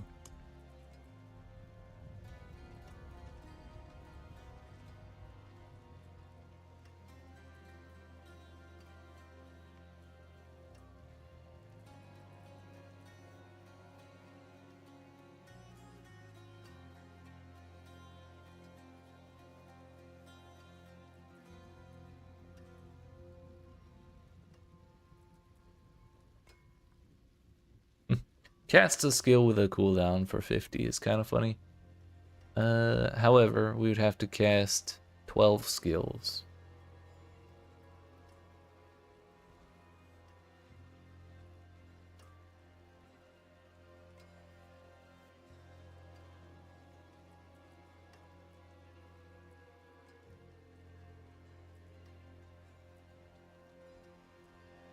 Cast evade would be kind of funny. It would be 8 evades.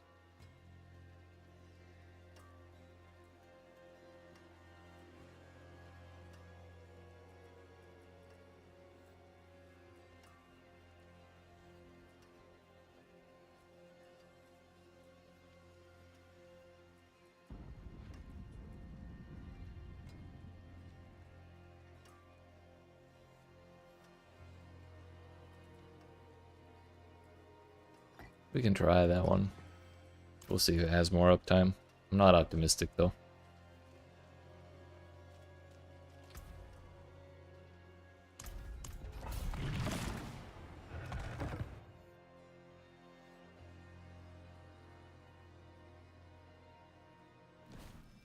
This should be.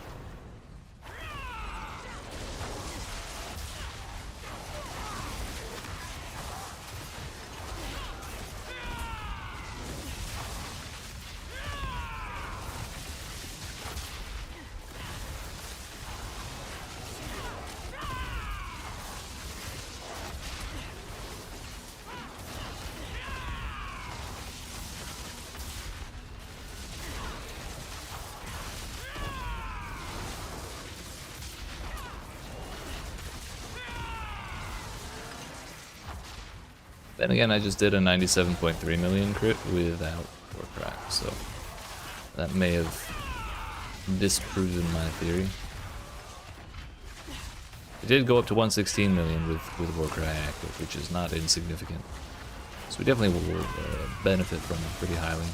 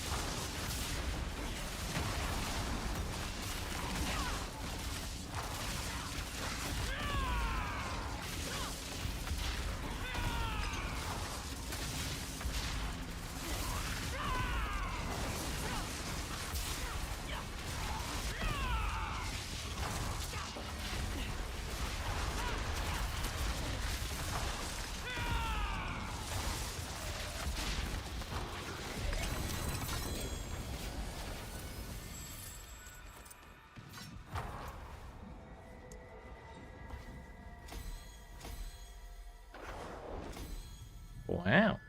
Alright. I think we're gonna leave the rune words the way we had it before. I think that'll probably give us more uptime.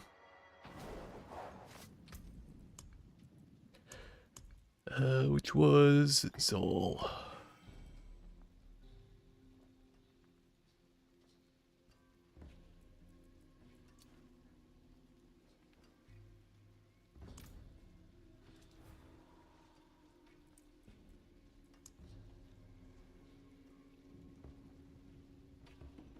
Alright, before we move ourselves up to 75, I'm gonna get up and stretch my legs, because I just realized we're halfway through the stream. It's 2 hours deep, and we need to get up and stretch.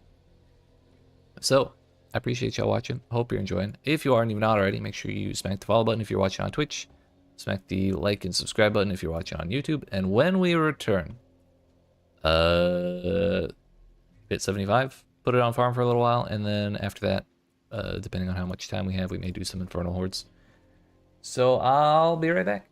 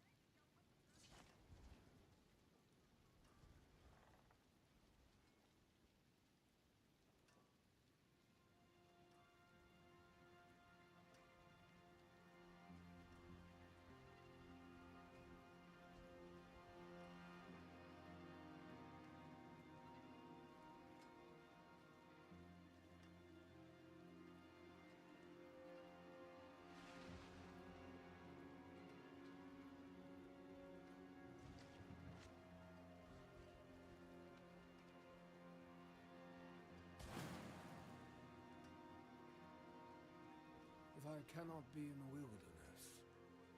This will do.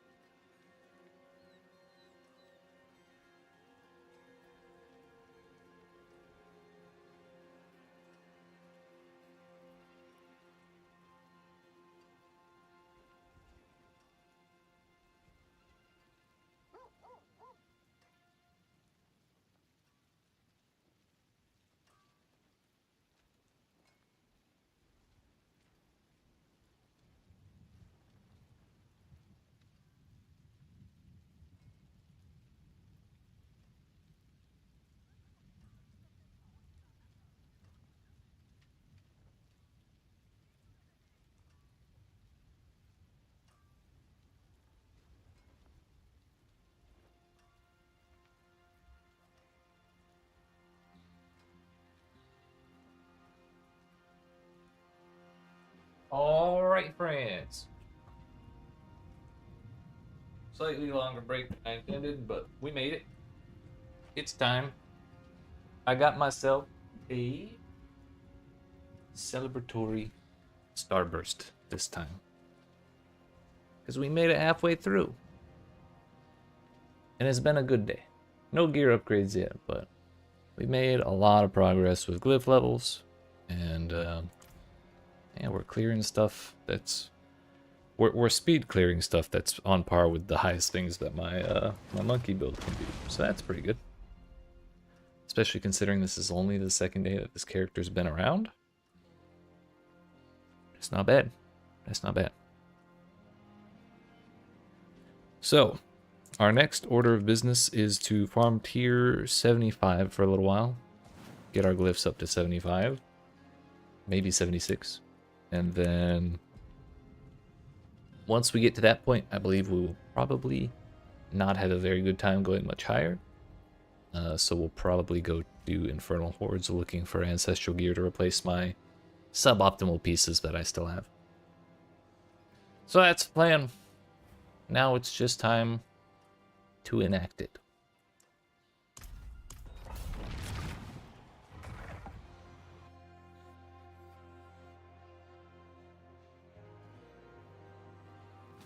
How to find the Echo of the Beast and Ice? He is, right there. The Glacial Fissure. You go to Kilvashad, straight out the front door, and then take a right. Or I guess if your character's going that way, you take a left. But that's fine. And it is 12 of those things, much like the Exquisite Blood. Will be tested.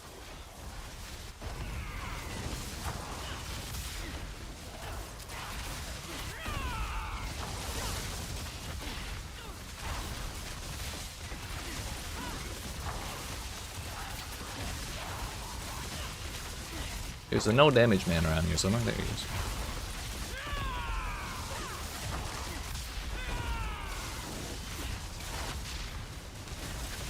He'll die eventually.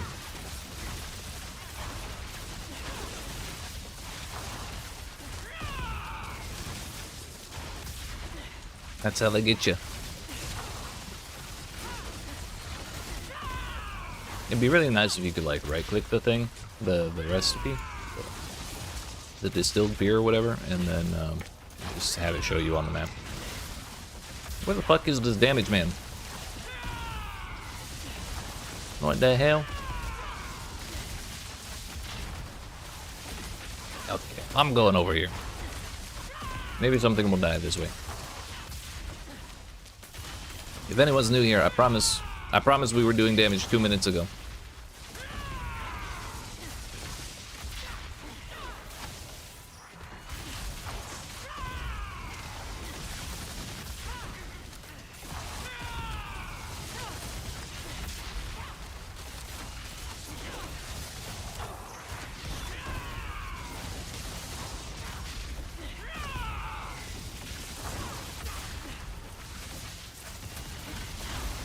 I think I've killed a dude.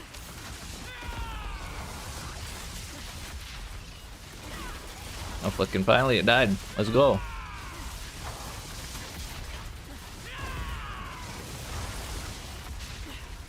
We might need to just restart this one.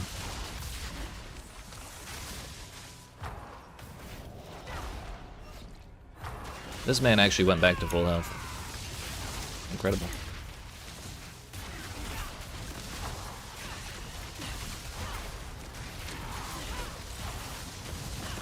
Or did he even leave full health? I don't know. Then all? Yeah. For all the boss materials, you may as well just spend them as soon as possible, or as often as possible.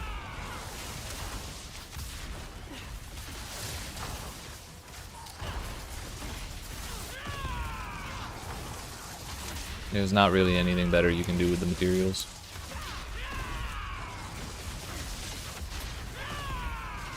Okay. I remember what I said about farming tier 75. I'm not sure that's a feasible option anymore.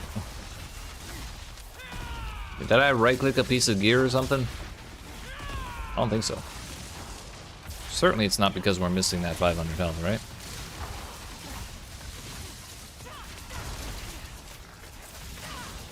No, we had the health incense going as well, so my health was already exceptionally high.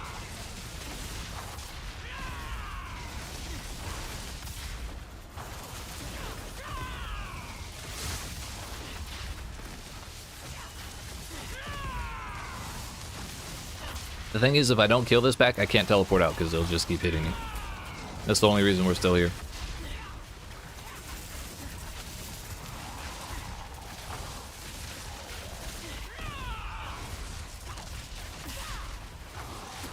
Alright. It was just a cursed dungeon. That's what we're going with. None of that was my fault, I'm certain. It was the video game's fault. Alright, try one more time. If it's similarly cheeks, we'll just go do Infernal Hordes. I know that'll be a good time on Torment 4.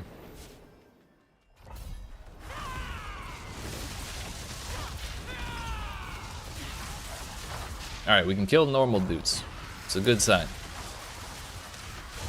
We're getting there. Use the damage reducers.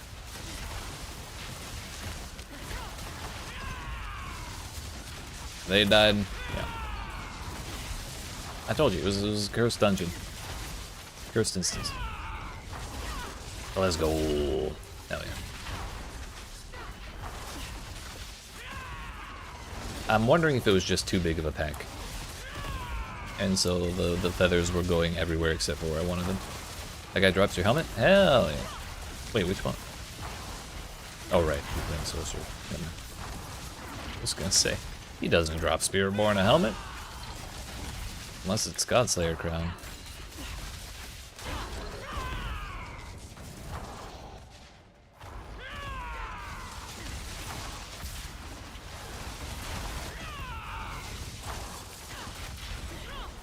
First kill, drop Starfall Coronet? Hell yeah.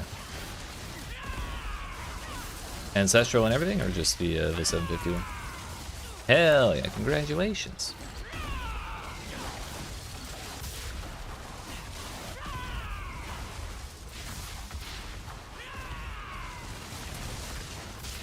There we go.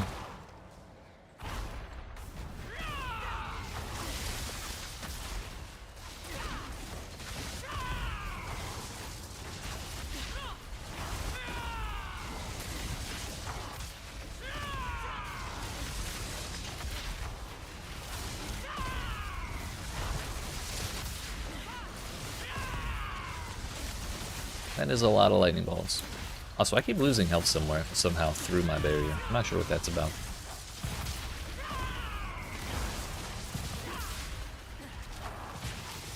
Maybe we just skip the ones that are like that. It's too much time a wasting on one dude.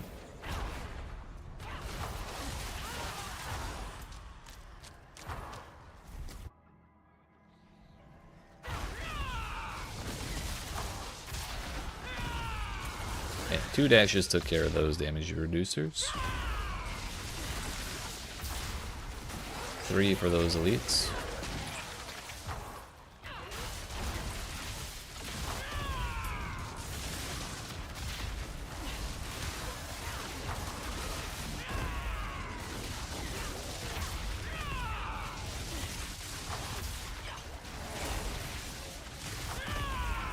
Unlike that other super elite that we were fighting in the previous zone for a moment, this one's health is moving every time I dash, just about.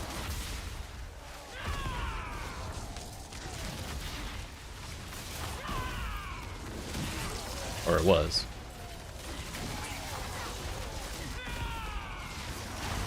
There we go.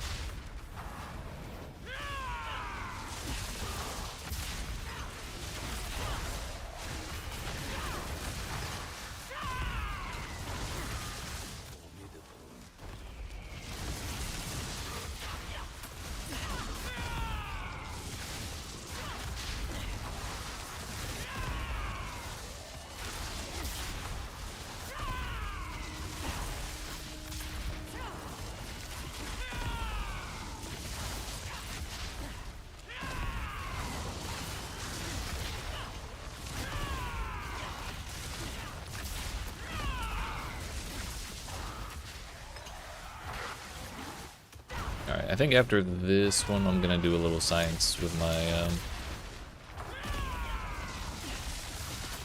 my key passive. Because we're using the one that consumes your vulnerable application every time you hit something for a much larger damage multiplier. Now we seem to be having an alright time keeping vulnerable on. Because like the bird constantly applies vulnerable. I have a couple other sources of it, I think. But like, is it actually being effective for us? I'm not 100% certain. Our only other option is the one that gives you the bonus based on your spirit. The spirit based on the skill you're using. Which I'm not sure is like, particularly useful, but the big thing is the vulnerable thing actually causing us issues more than it's helping. Prodigy's Temple would be useless for us, the poison thing would be useless for us, so the only other option is not the vulnerable option, is the spirit bonuses.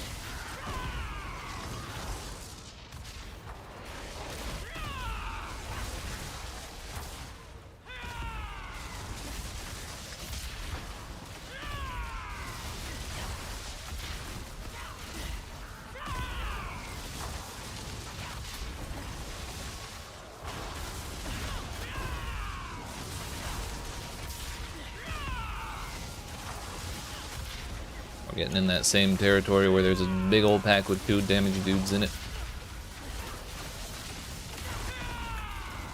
Keep trying to dash on them, but it's only so doable. Oh, they're all dead. Nice. Nice of you.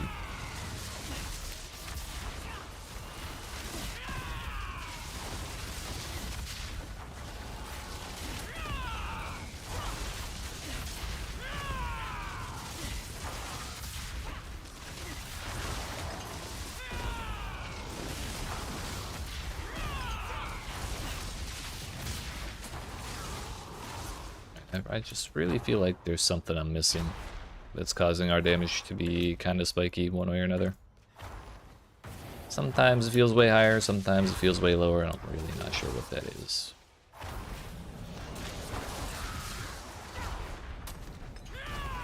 Maybe it's an execution thing. Bro, is there really no path forward here? Oh, there is.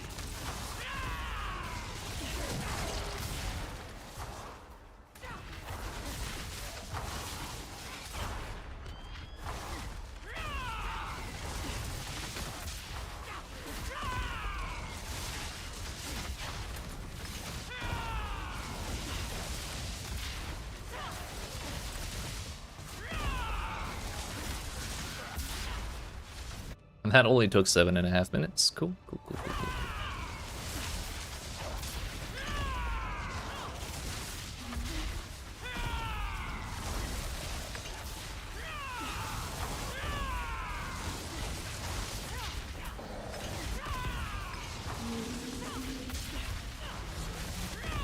Maybe it's just something to do with the functionality of feathers that I'm missing. Do I need to have them laying around on the floor? Do I need to dash over them to get full damage? What's the big idea? Really don't remember there being this many hard drives, but you're up to 67. How do they all fit in your PC, sir?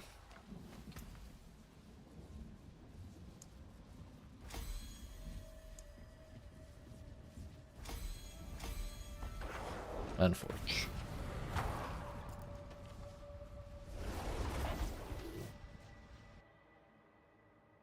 No. What's the matter?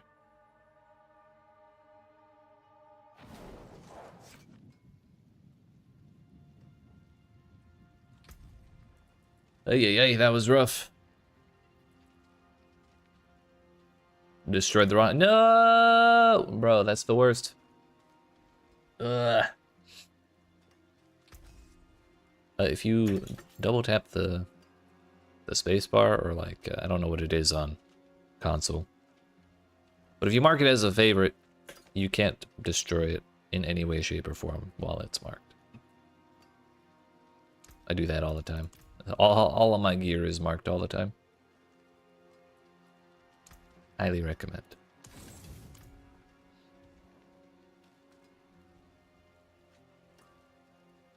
Alright, what is this? Casting Eagle skill grants 8 seconds of the Storm Feathers movement speed bonus.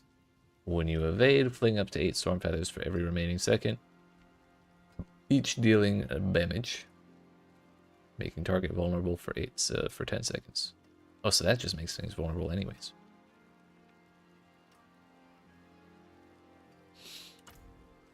Mm-hmm.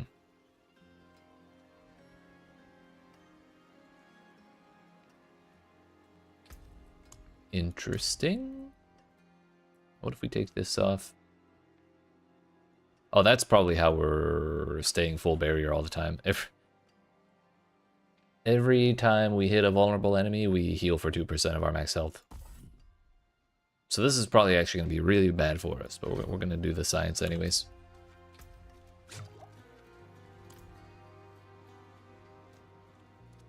I believe since we've been running in tier 75, we should try it in tier 75 so we have an actual feel for the difference. For starters, I'm not optimistic, but we'll give it a shot. If suddenly I can clear this real fast, well, then I'm going to be a little upset.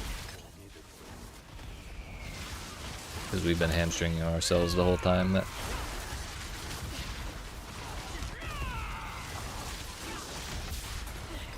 I mean, it's faster.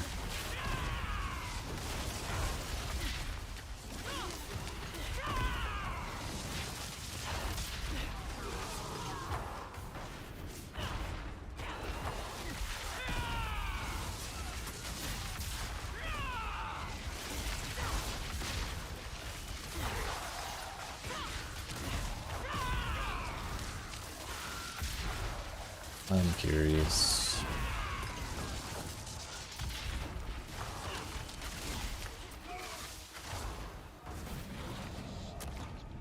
Sapping. Convergence. Drive. No, it's not that one. It might be a passive.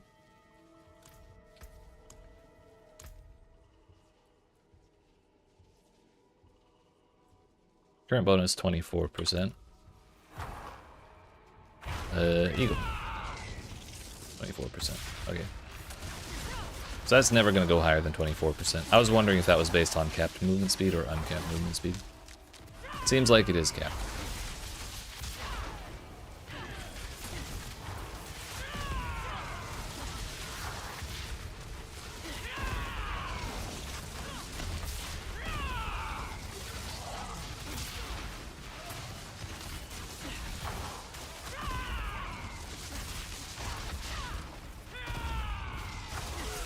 Also, our barrier is fully capped out all the time still.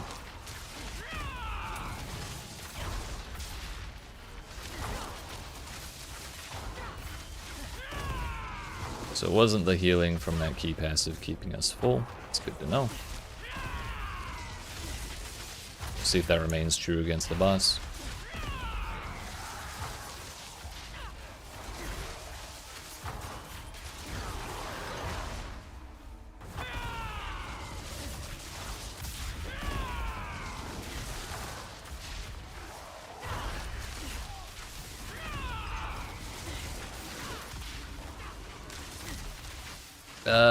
Yikes.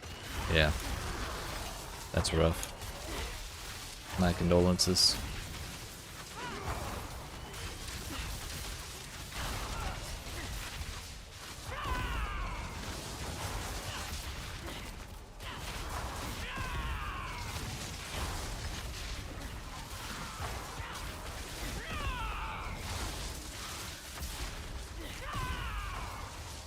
Feathers, I'm gonna need you to aim more where the enemies are, please. Thank you.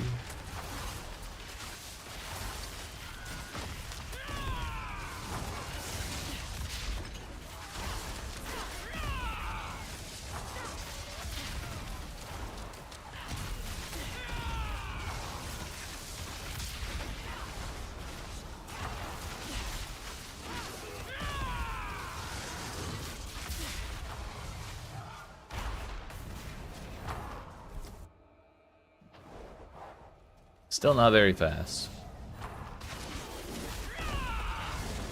But feels slightly improved from when we were using the other key passive. Another thing I'm kind of curious about is what if we just keep the key passive I have on right now and then put like 1 point into a different spirit spells. Because we have 2 spots open on my action bar. Like we don't need to get value out of the spell itself. We just need to swap the bonus. Because that gives us an even larger bonus. Wanna cry? It's okay. There's not a horribly large drop table for each of the bosses, so it has a really high chance of dropping, I guess.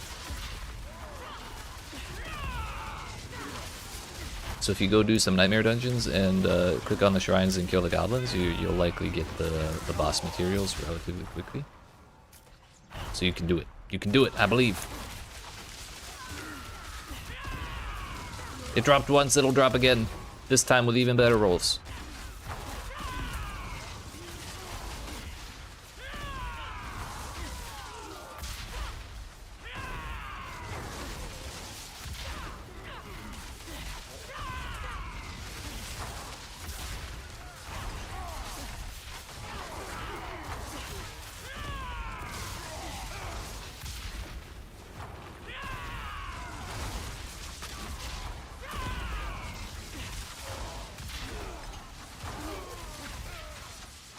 Yeah, the goblins usually drop half a boss worth of materials every time.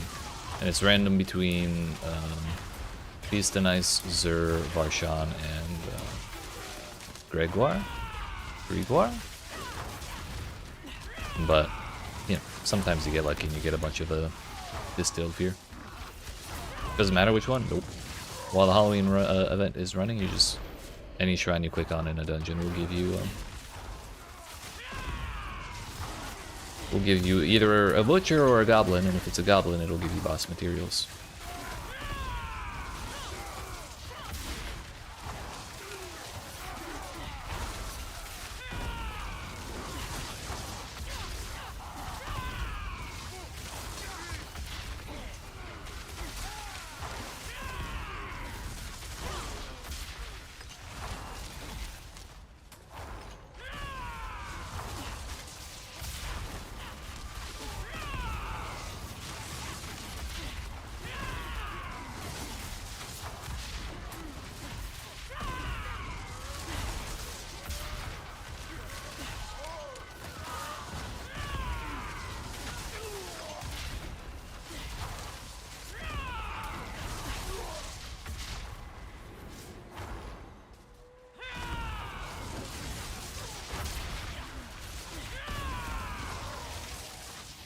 Yeah, we got here 45 seconds faster than last time.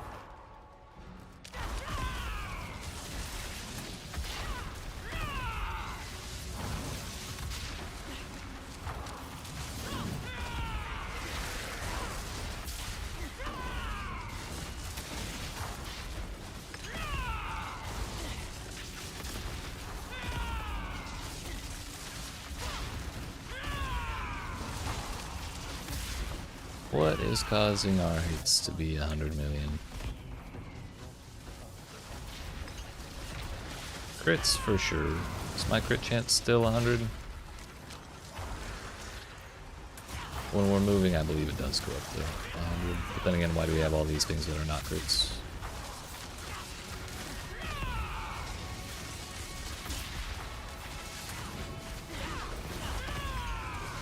Surely it's not Thorn's damage. I don't think I have a single Thorn. Maybe a little bit from potions or something.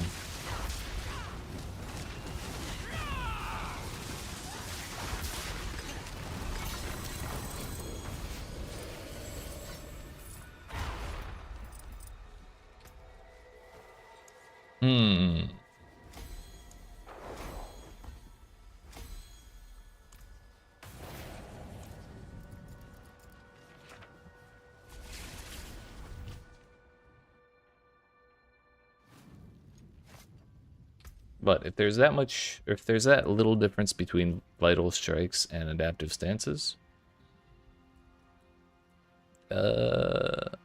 then that kind of implies to me that we're not getting a whole lot out of Vital Strikes.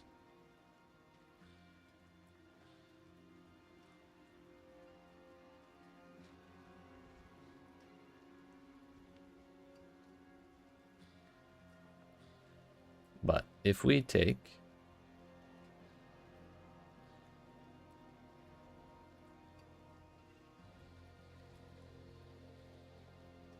Why the hell do I have 5 points in there?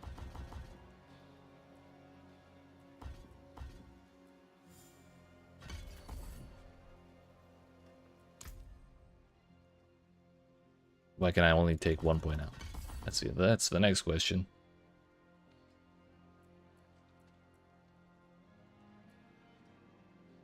We take Armored Hide.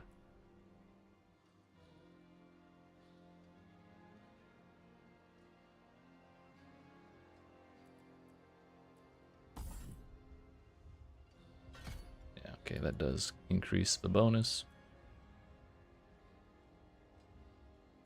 I don't think we need full uptime on Unstoppable there. Then again, 4 seconds isn't very long.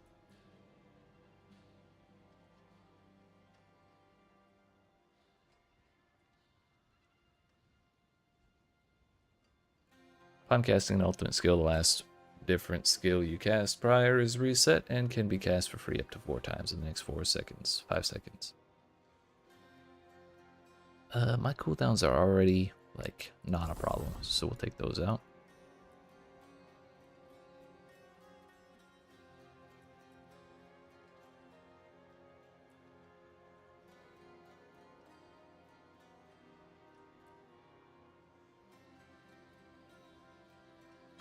Let's try that. Armored Hide will get the Resolve, so we'll have Resolve and Ferocity.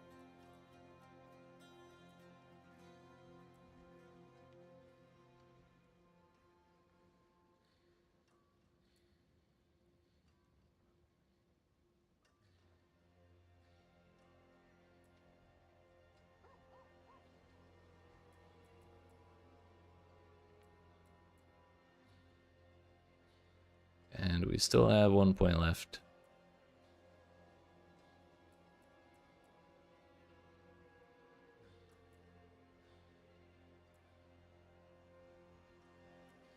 We can put it back in there. Why not? It's got to be from items somewhere, but it doesn't say we have any item contributions. Weird. So yeah, now our bars are full. We try one more of these. What's the worst that could happen?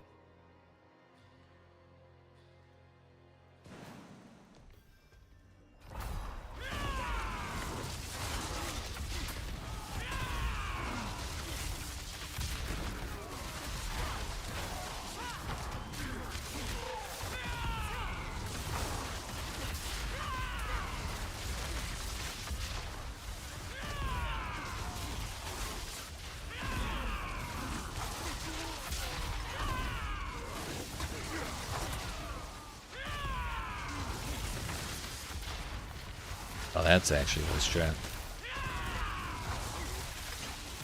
Okay, so we go Armored Hide, Bird, Soar, and then Armored Hide, Bird, Soar, and then we have permanent free Armored Hide.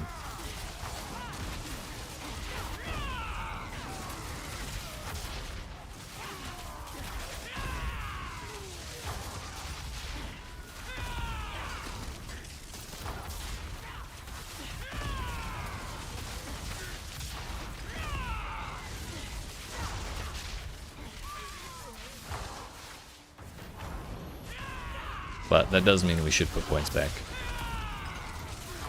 in that thing that gives us free casts and no cooldowns. I was a fool to take them out.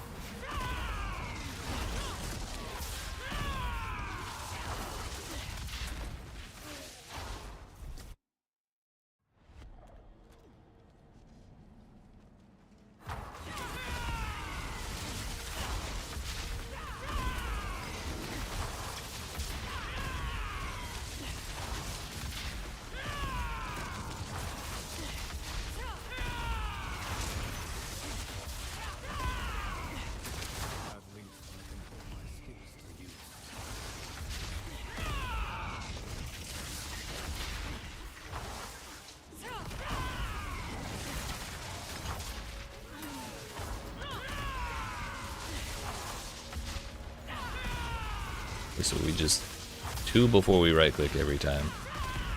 And we should have a permanent uptime on that bonus, the 50% bonus stats. Puts us over 3,000 dexterity, which is pretty sick. Ah, shit. Messed it up. So now we go 4.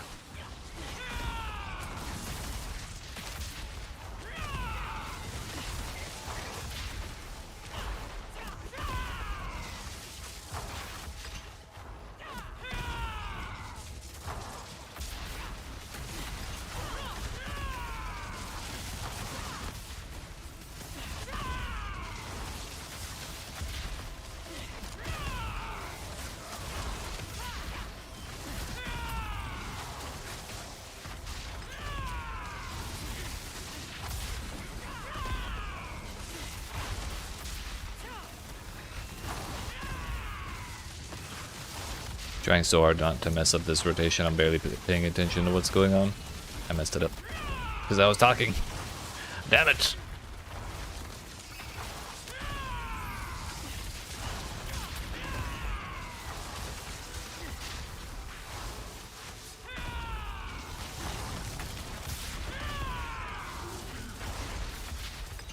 There we go.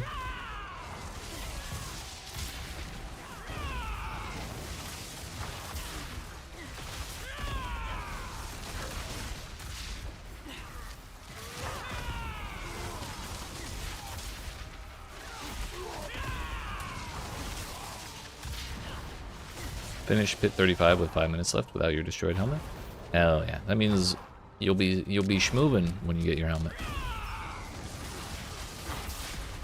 Welcome to T2. Hell yeah, you made it. Proud of you. When you get your helmet, you'll be unstoppable.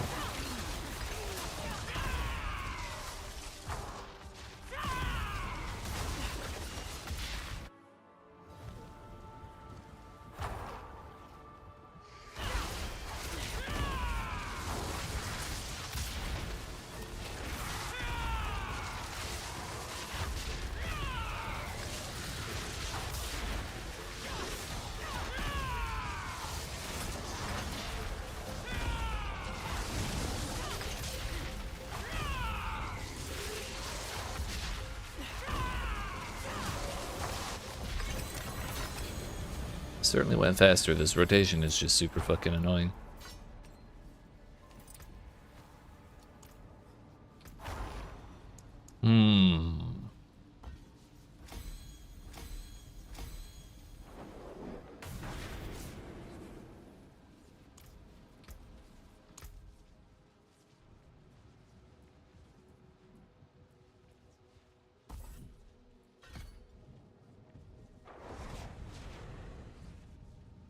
Hopefully 2 times will be enough.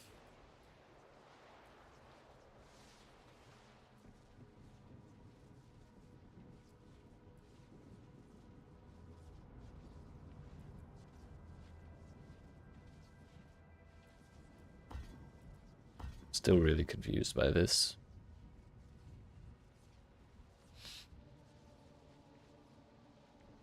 Oh, it's because we don't have any points up here, I bet. Since they're all worthless to me.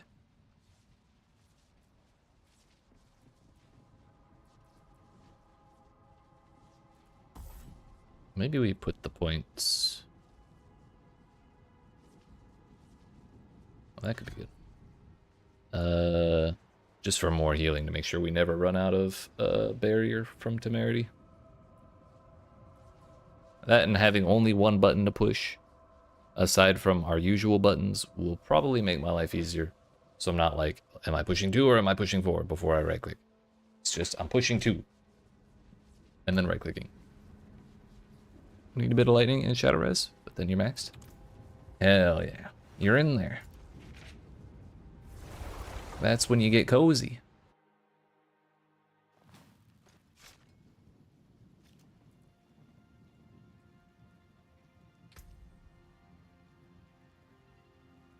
Why the hell do I have a Jaguar buff?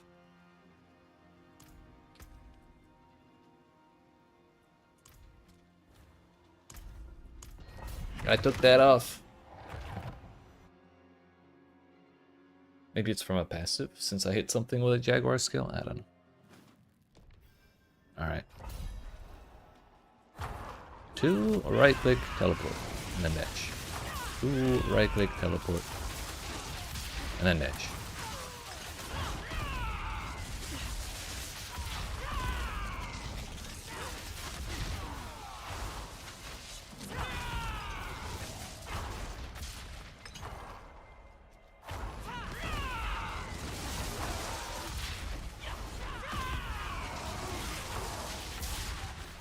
This is also giving us way more damage reduction than we had before through the key passive.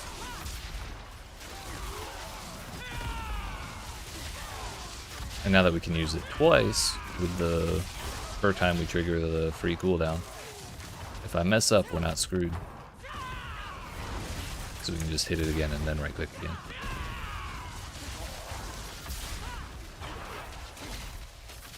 However, if I do this, then we're fucked. Gotta wait for the full cooldown now.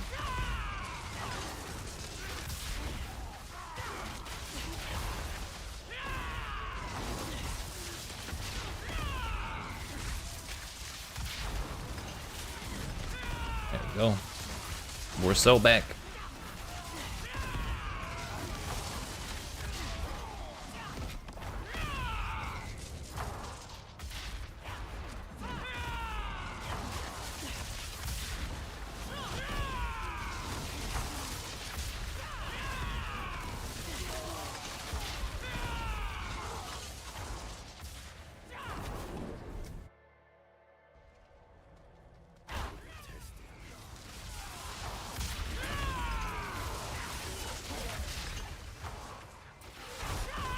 I somehow messed it up again.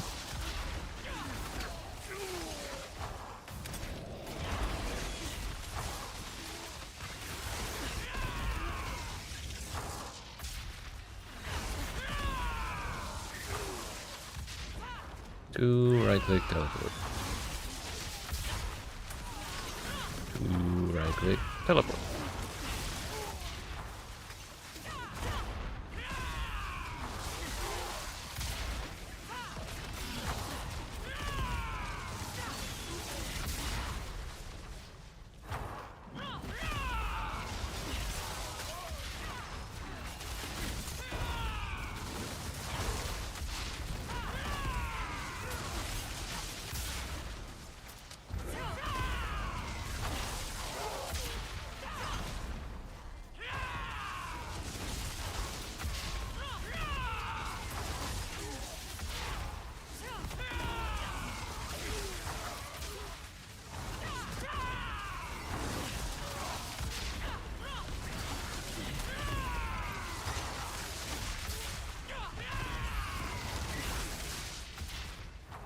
Yeah, I'd say this is miles better than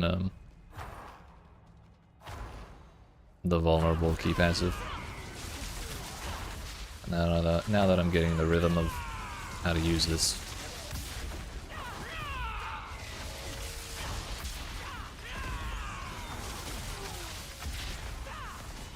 And I messed it up. As soon as I said that. Damn it. That's how it always goes.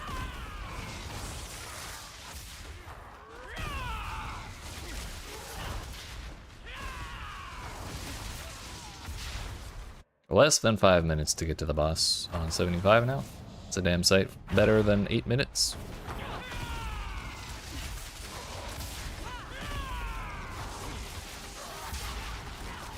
And I did it again.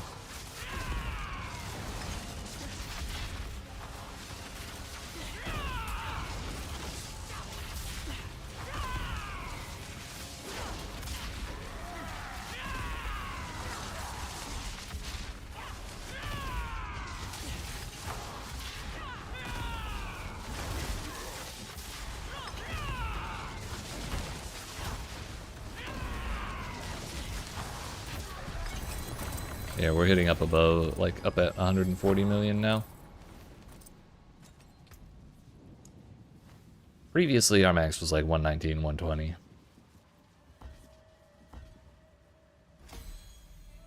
Thank you.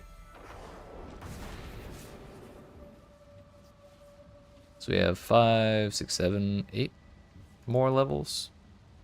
That's probably 3 or 4 more runs, depending on how our RNG works out. We can do that. That's reasonable, considering the speed we're going now. I'd like it to be faster, but for now, this is where we're at, and that's okay. Also, we're at 2180 obols, and my inventory's full. My hammer sings. That's the spirit. Well, Vasily, shame that. Vasily's ghost. I had that in my bag. Don't care about any of that. Vasily's ghost. Well, Vasily's ghost. Not a single ancestral for like the 15th time in a row. Maybe we try buying a different piece of gear. 75.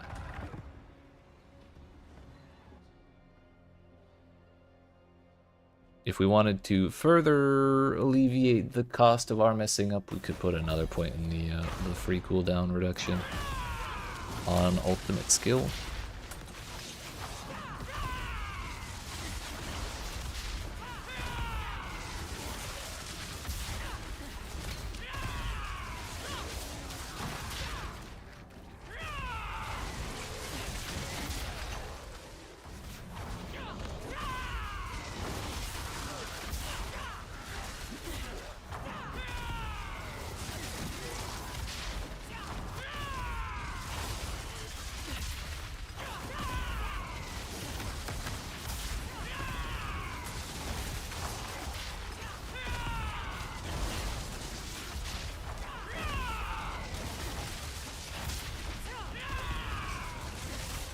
Oh, that might not actually help us. I don't think it resets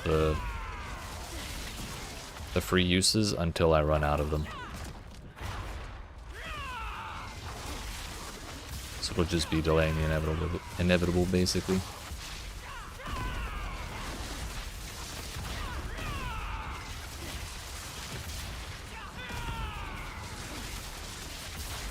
The better option is to just not mess up.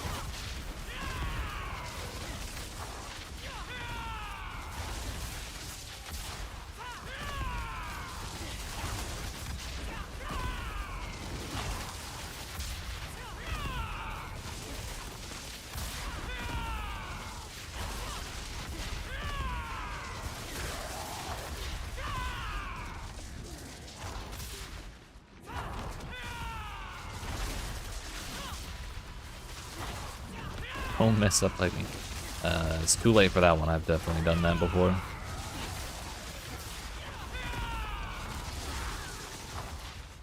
I was similarly heartbroken.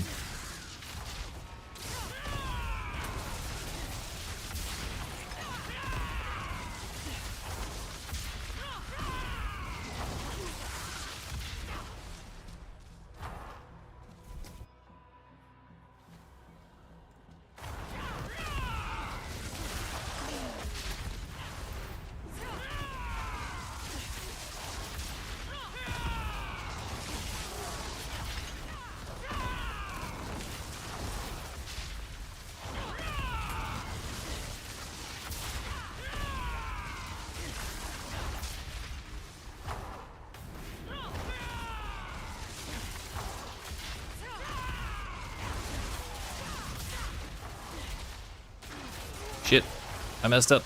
I forgot to right click.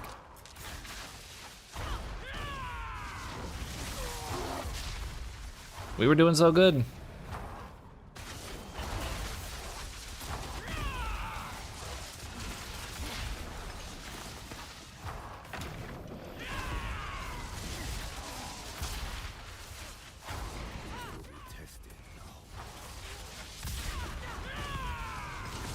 There we go, we're back.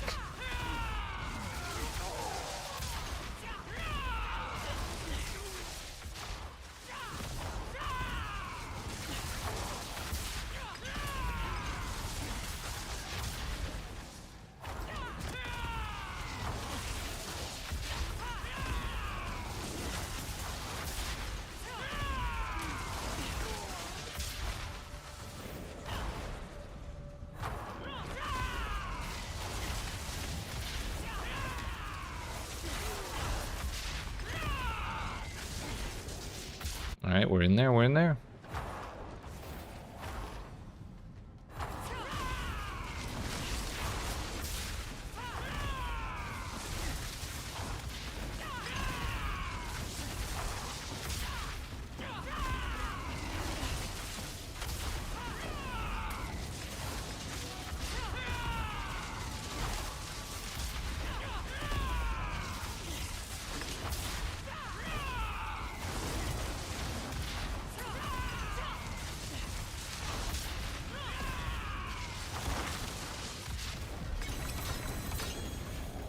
All right.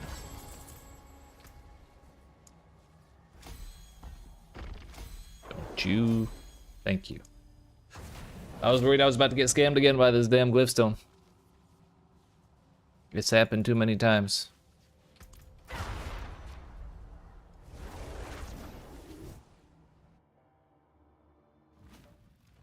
All right.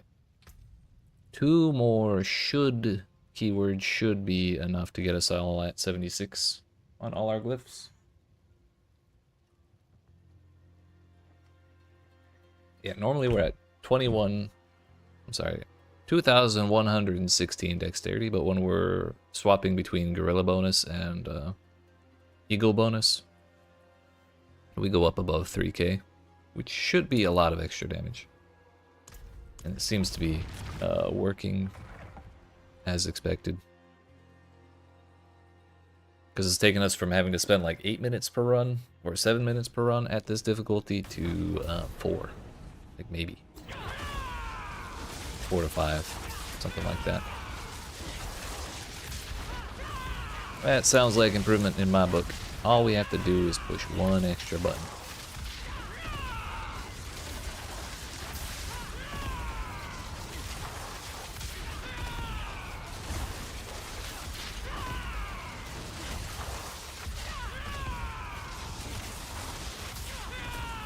Does make the build feel a little higher APM though. I'm not sure how I feel about that, but if you're not playing it as high as the difficulty can go, or as high as the build can reach as far as difficulty is concerned, you don't really need to worry about this extra bit. So if you're just chill farming, you can just slam Soar all the time, dash through shit, and still kill things.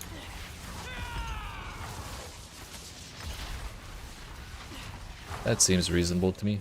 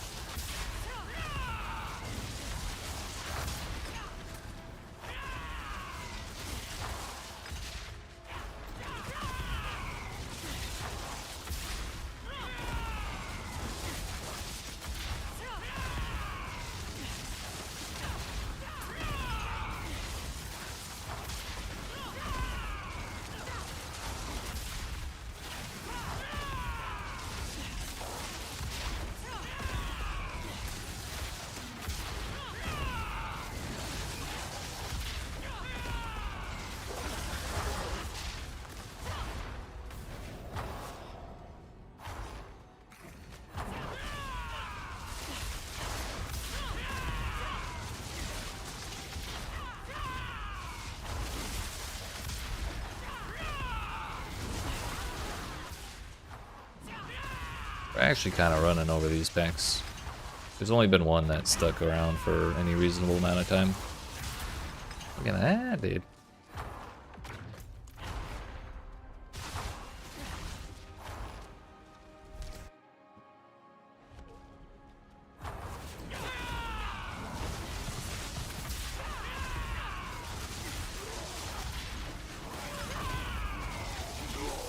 This also isn't a bad thing because every time we use an ability, we trim a big chunk of cooldown off of our dashes. So having an extra button to push does in fact let us dash more often, which is not a small thing.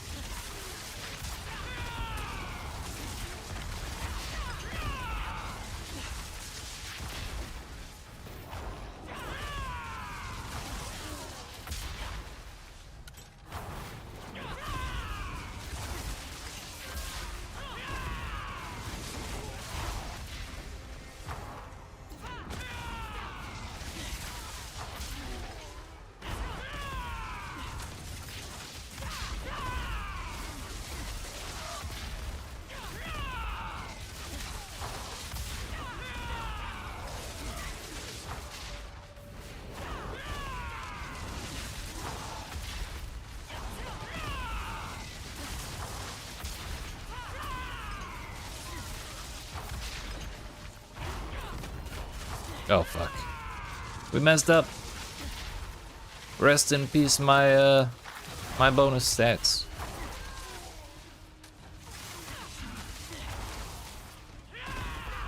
I've forgotten how to play the video game now. Oh, thank God. We made it. We made it.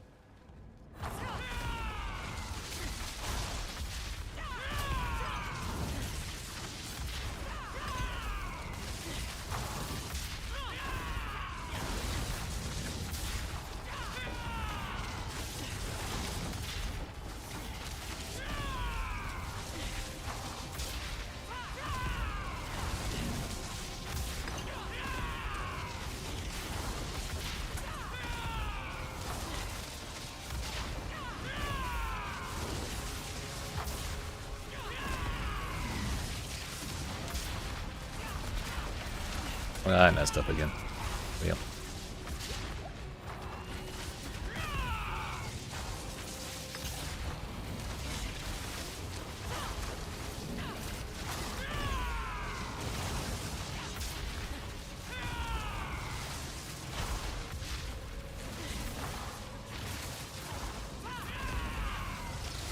We're back.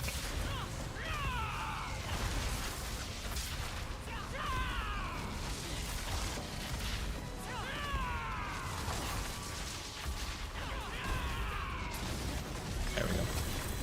Took a little longer than I'd like, but okay. We finished a whisper. Wow. Full success. Yay. Easy. All according to plan. But now we have one more level. And then we can chill on the pit for a little while. Just go relax in Infernal Hordes for a little bit. Lucky hit chance, huh? I don't think I care about that at all.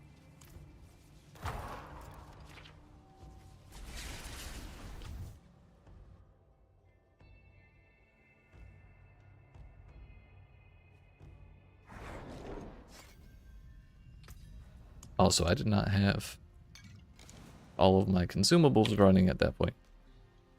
Found 79 hard drive locations, picked up 77, still have 30 to research. Yikes. That's a lot of time spent researching. This is 10 minutes per one, right?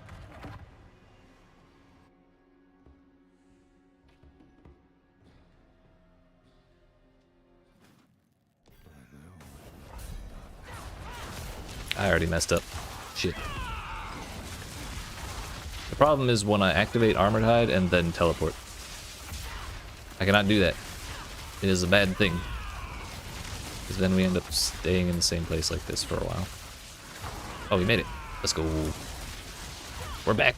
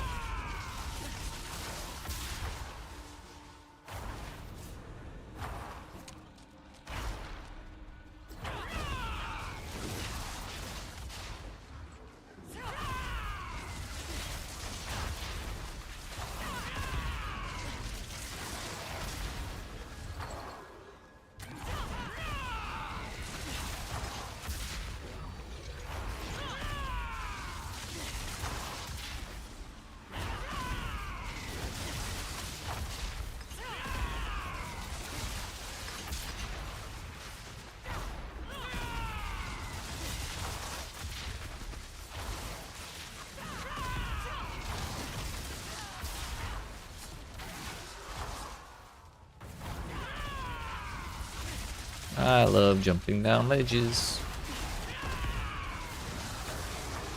We messed up. Thankfully, we had the cooldown recovery to fix it. Not a problem, not a problem.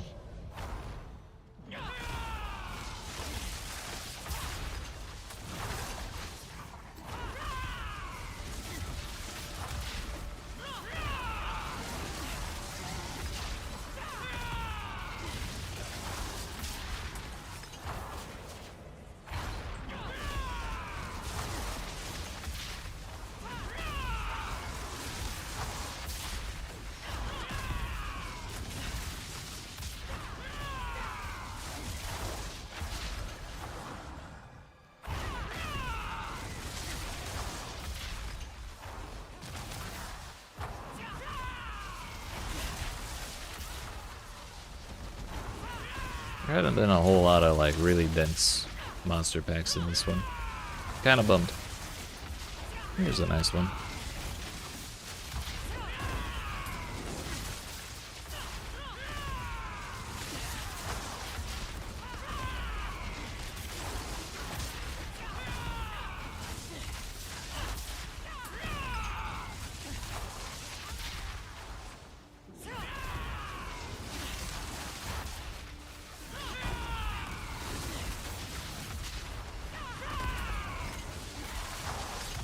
That'll do it. Less than 5 minutes this time. Feels good, man.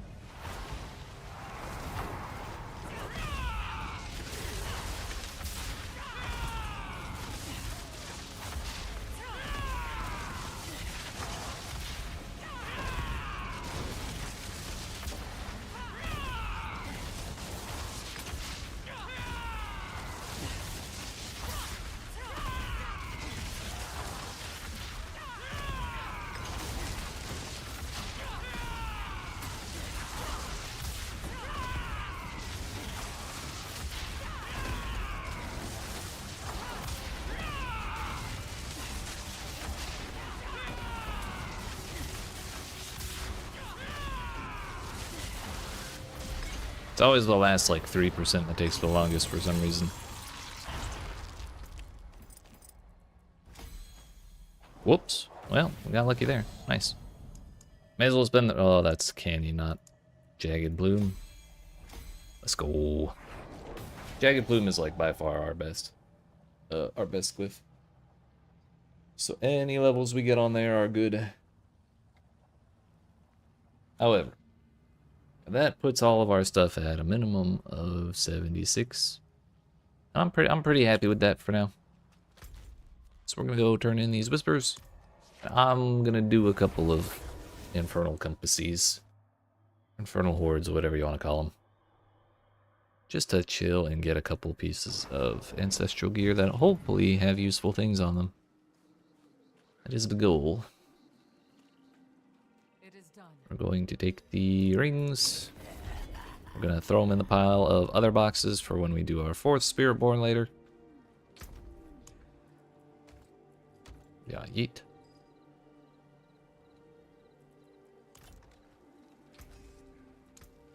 Alright. I think I've died like once all day. That feels pretty good.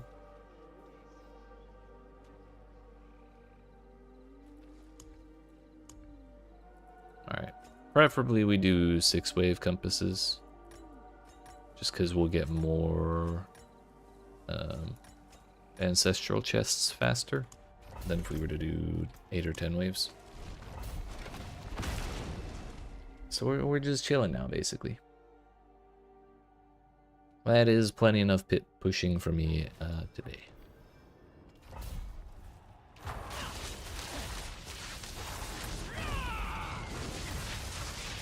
At least I thought we were chilling. That dude took forever to die.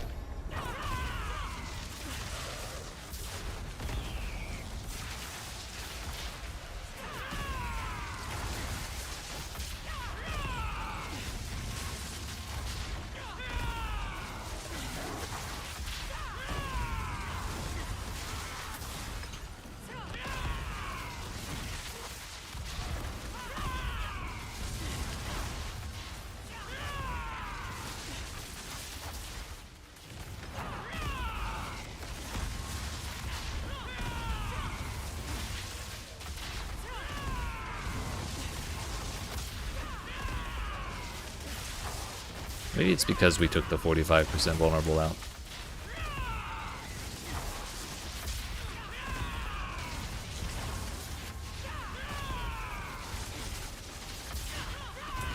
We're gonna have to do some science in the next wave.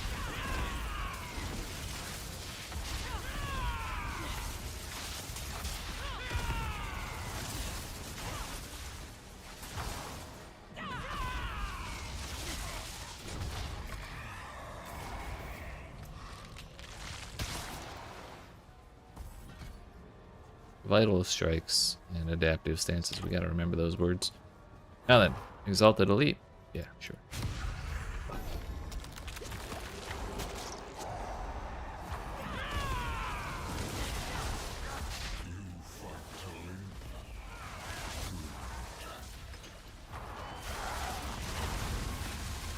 Yeah, okay, so if we're pushing as hard as we can in the pit, then adaptive stances is better. But the lower difficulties, it's better to just take the vulnerable one.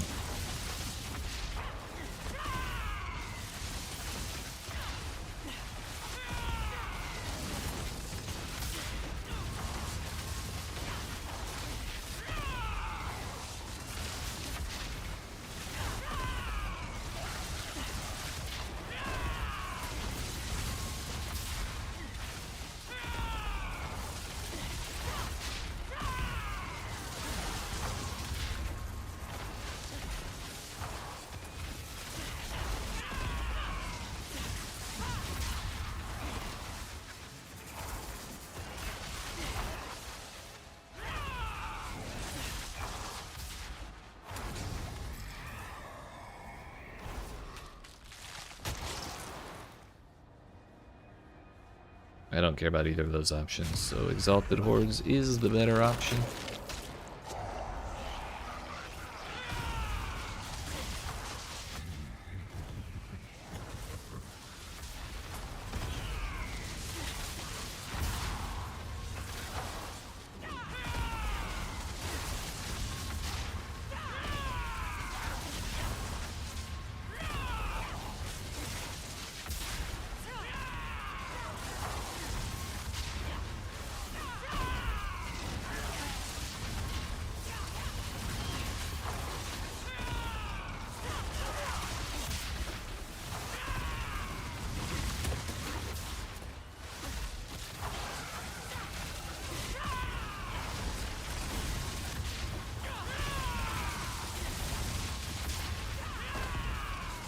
This is like the third Soul Spire we've gotten on the same spot back to back.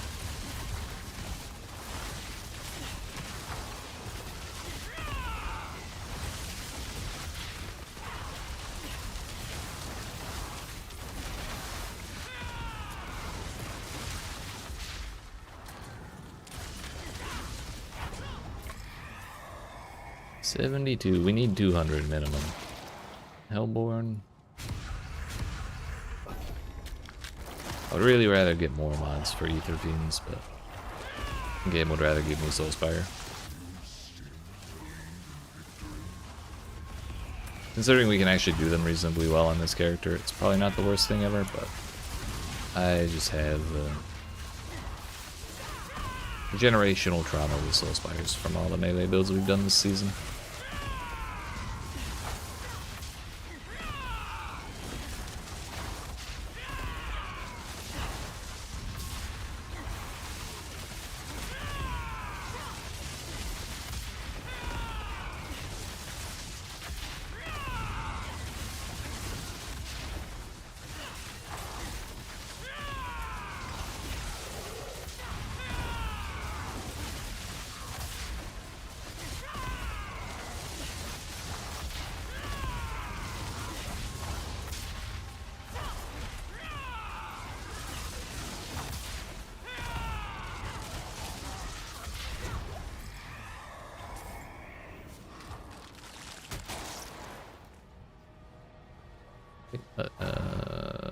If I didn't rely on pulling things in so much, I'd take Unstoppable Elite, but for now we'll take more Exalted Hordes.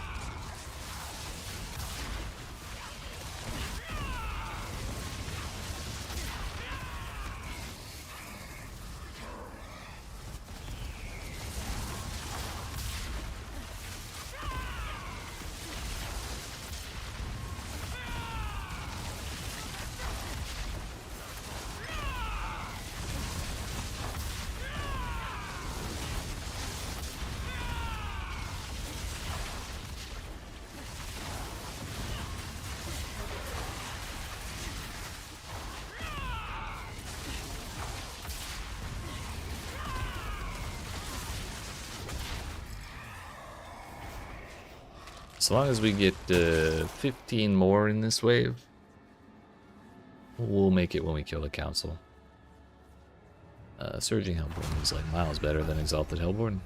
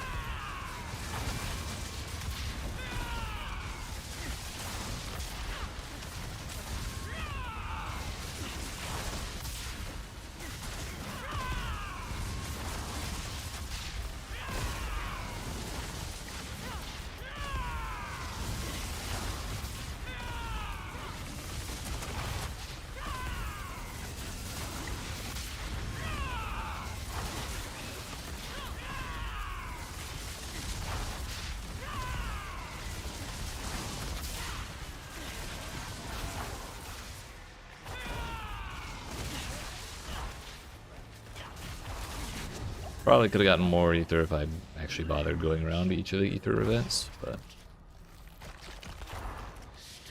I was just kind of zoning out, honestly. We made it, at any rate.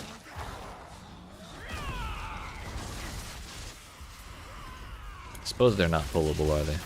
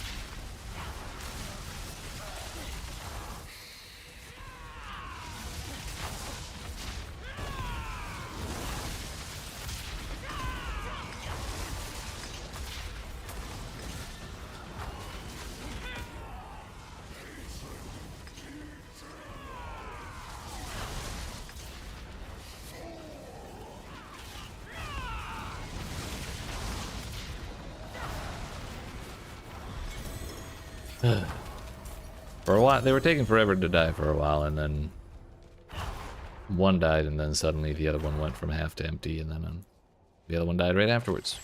Fine by me. A little confusing, but fine by me.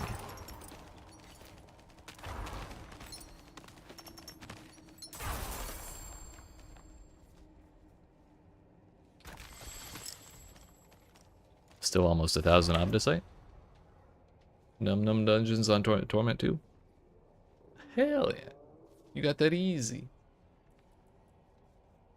Creeping Death. Gross. And it's got resource on kill. Horrific. I was hoping that would be useful for my monkey build, because, or no, not my monkey build. Centipede. I wanted to try that on Centipede. Unfortunately, that will not be the case.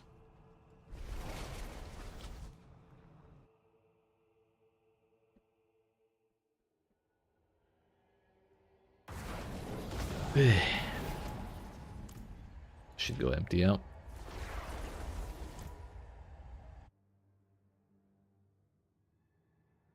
That was like surprisingly stressful. I thought we'd have a little bit of an easier time in the just a normal Torment 4 dungeon.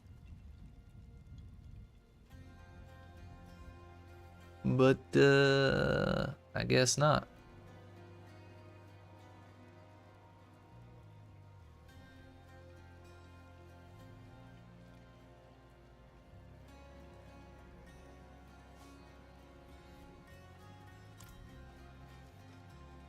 Still really need better rings. Our gloves are also not great.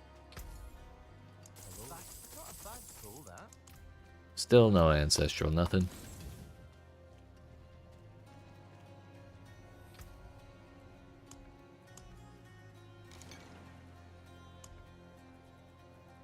Again.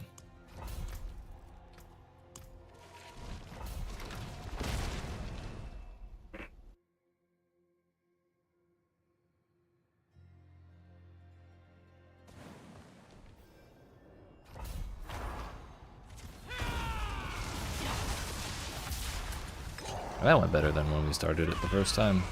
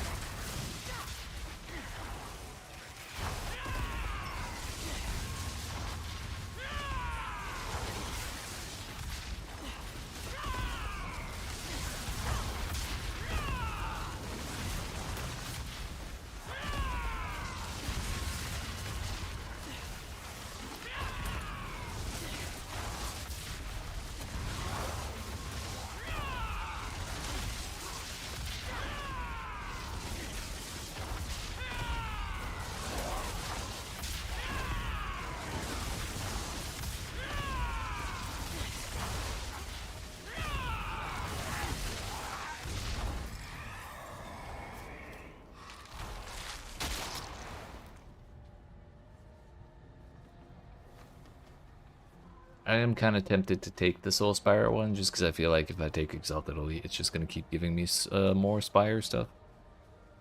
But I really do like taking Ether Fiend modifiers, like just giving them bunches of Ether. It's very convenient. But half the time it ends up being Hellborn instead. The rest of the time it's draining Spires, or it's Spires in general.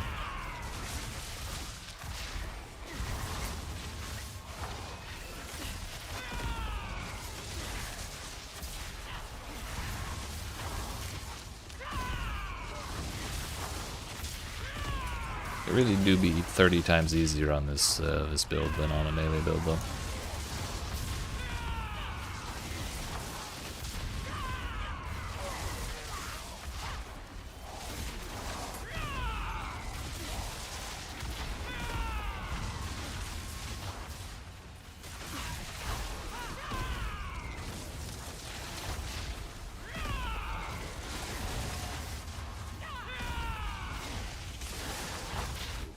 Checking how's the stream going? It's going pretty good.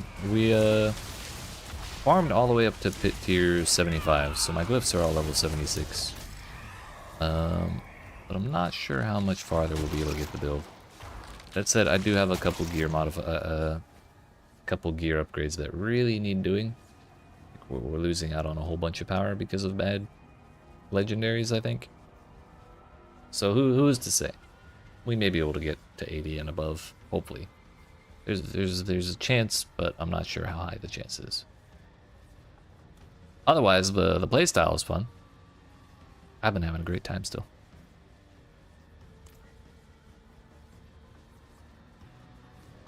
Heck it, Soul Spires.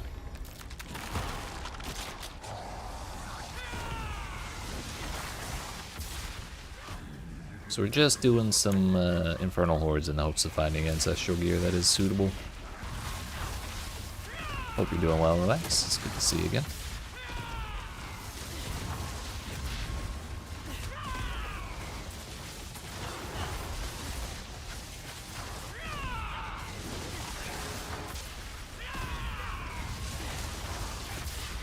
Should probably go do the Ether events if we want Ether.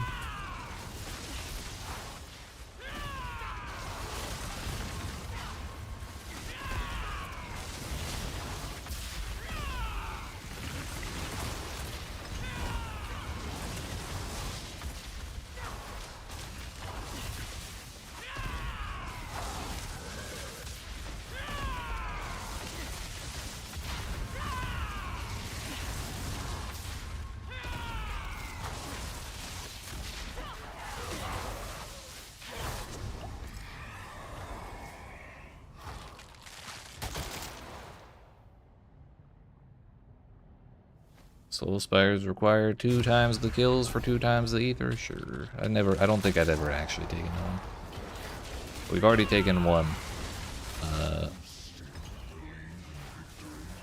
One Soul Spire modifier that added some. So each Soul Spire should give us 8.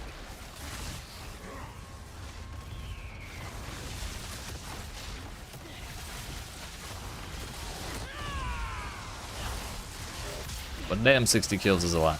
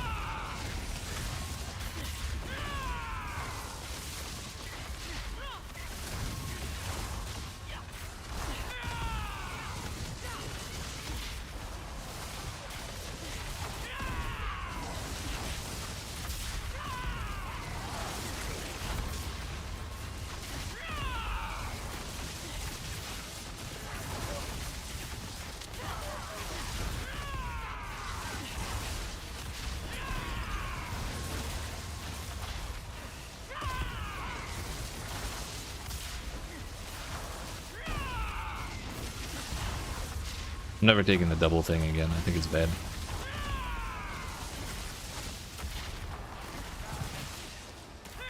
Yeah, I don't think it's bad. I just don't like it.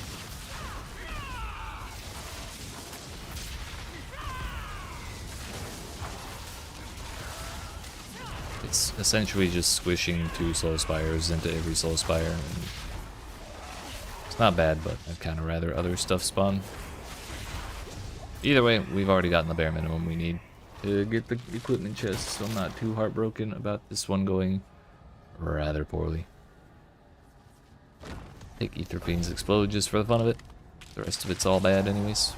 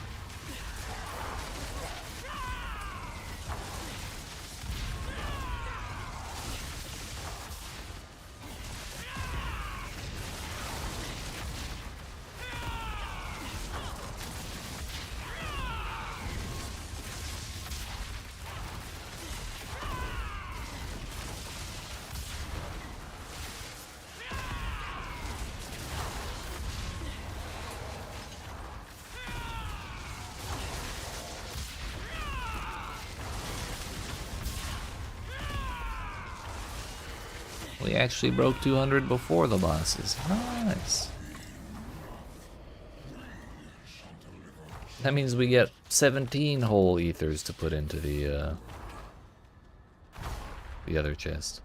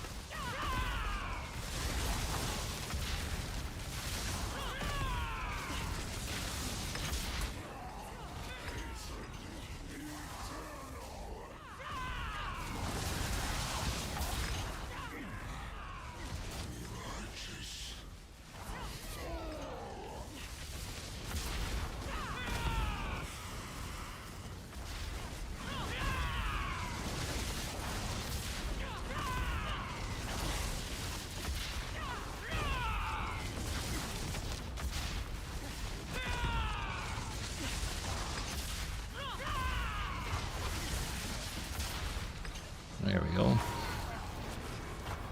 That ain't so bad. We're up to 1,882% lightning damage. That's kind of sick. On Storm Feathers from all of the Storm Feather potency.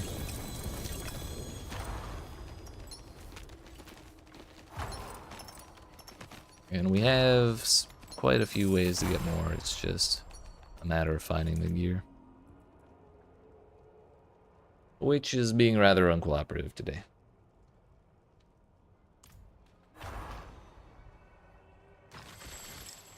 $320 Obdussy.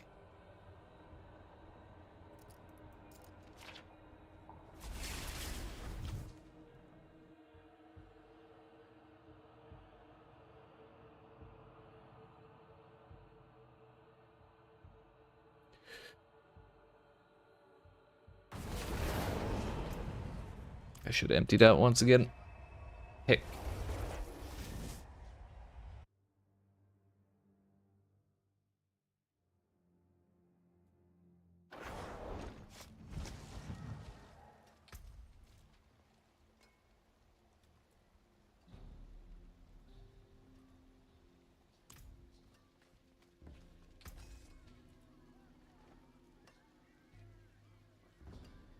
Forest power. Cool, I suppose. I'm not a huge fan of Mystic Circles. Return soon. Do I have any gloves that would suit me better? That I've been sitting on this whole time? Dexterity and cold resistance. Why not? Why haven't I been using this? Actually, I don't care about the cold res.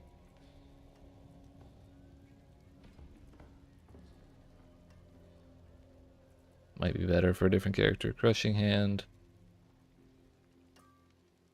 Yeah, I think we actually do want to put a little bit of crit chance on. So I think we'll roll with those. We'll just put the final modifier from lucky hit chance to attack speed. Not attack speed. We don't care about attack speed. What am I talking about? Armor, probably. Lucky hit chance.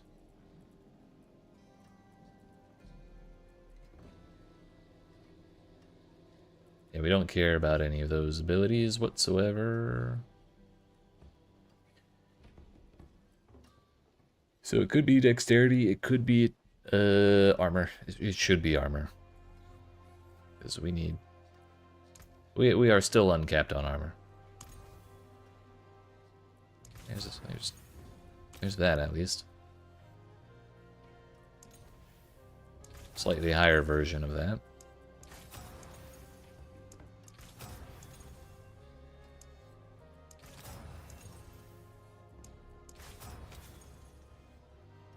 $231, that's a pretty good roll. I should have tempered before doing that. How shall I guide my hammer? For utility, it'll be vortex size, most definitely.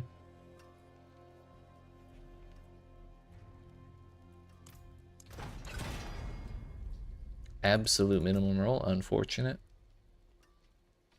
Storm Feather potency is going to be the harder part, but the much more important part. Naturally, no cooperation allowed. Bro, they're so low.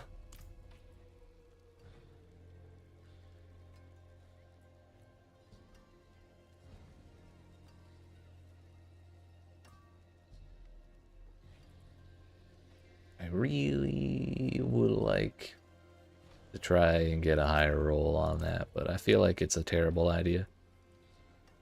Well, at least go for a Soar roll. Oh, Vortex, that's what I meant. Perfect. All according to plan. How much Obdussy do I have? 1794? Not nearly enough. Not nearly enough.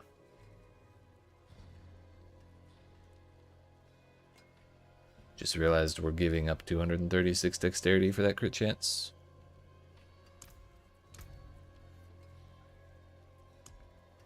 It's not the best feeling. And we do still hit 12% crit chance. I'm sorry, 100% crit chance when that's full. The reason I was thinking crit chance would be good was because we have a whole lot of numbers that don't turn yellow, but they might just be things that can't crit.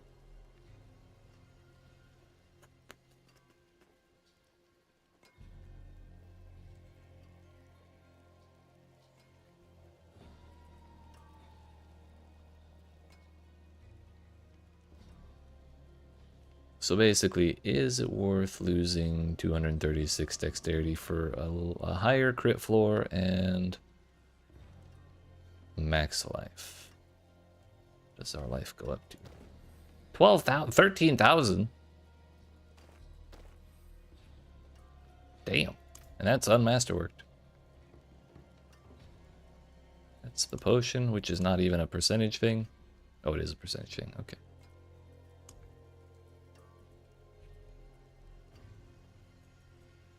That would be a lot of extra health. That would be a lot of extra damage from Viscous Shield. Every 12 health is 1% more.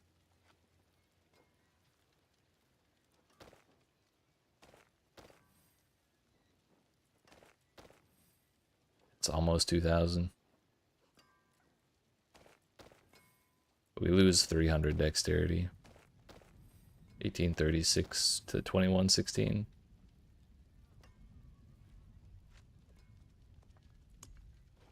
How about we just try it? Storm Feather potency. Storm Feather, I'm here for that.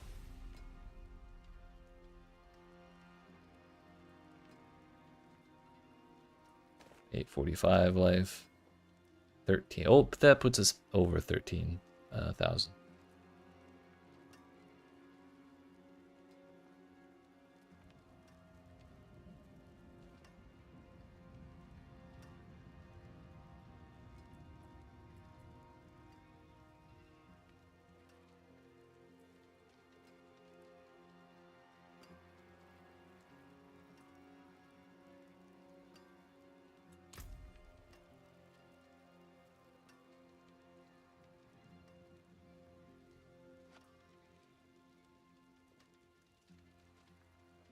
When you evade, fling up to 8 storm feathers for every remaining second, each one dealing lightning damage and making targets vulnerable.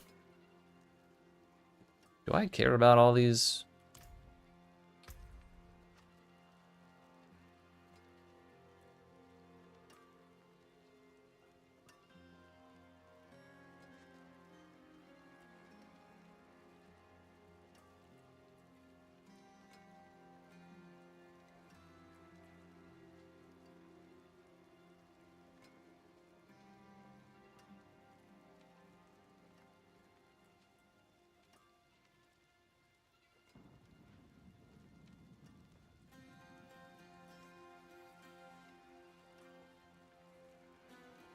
I probably do.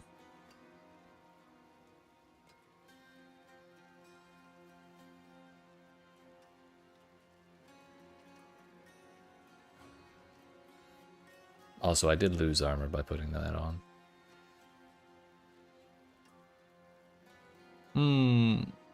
I'm all green. I'm green as shit. I am the greenest. Glad you noticed.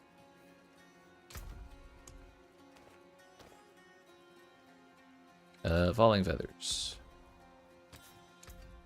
At some point, I'll probably try changing all of those to something that's like just more damage, like conceded more damage while you have a barrier. And just stuff like that to see if we still benefit. But for now, I'm not brave enough. Road be filled with wonders.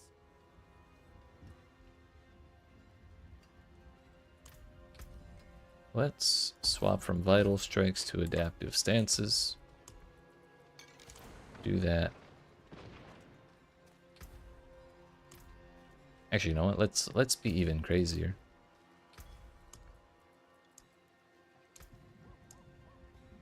Instead of using the armor incense, we use that incense for even more life. Or we can use both because they're two different types. Nice. Sick.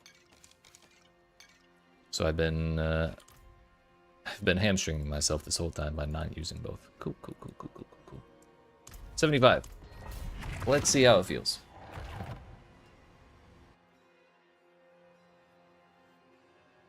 If it feels worse, we leave.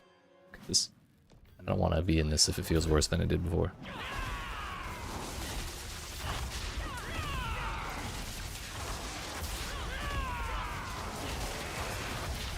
That's pretty good.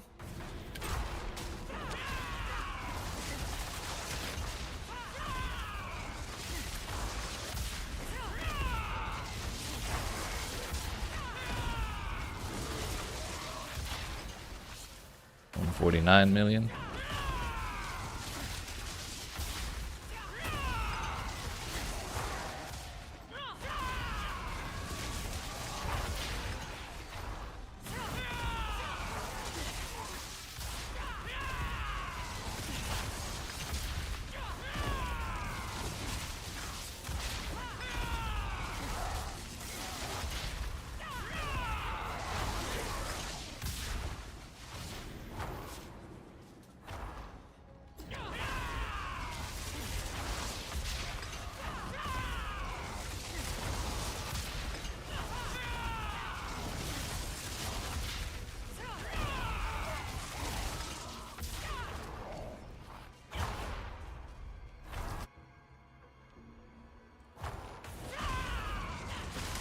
That was supposed to reset the cooldown on Armored Hide, but it did not. So I think I waited longer than 5 seconds.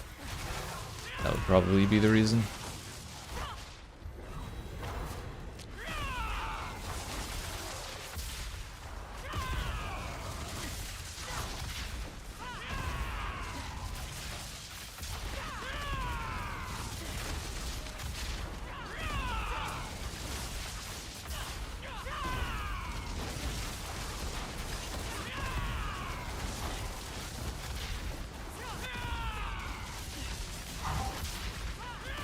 So it looks like my damage is still the same as usual. That pack is just not dying. Really confused by that. But either way, the really tanky pack still died way faster than it did before.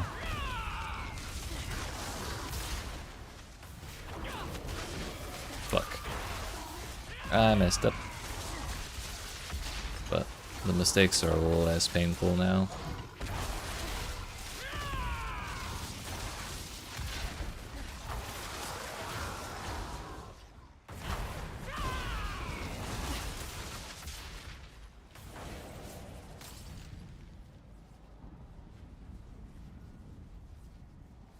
I don't have the increased crit buff. So what's my crit chance at right now?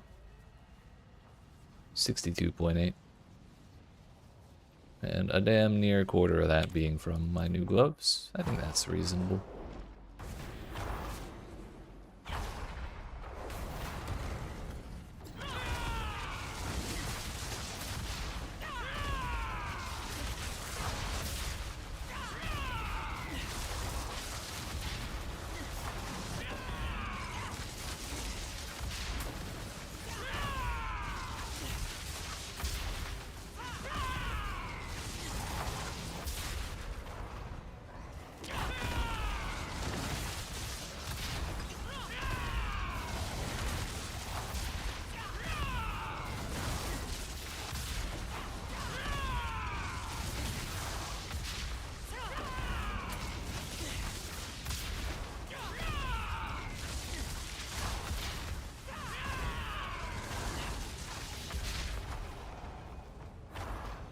We didn't win, boss disappeared. And I messed up again. That's okay.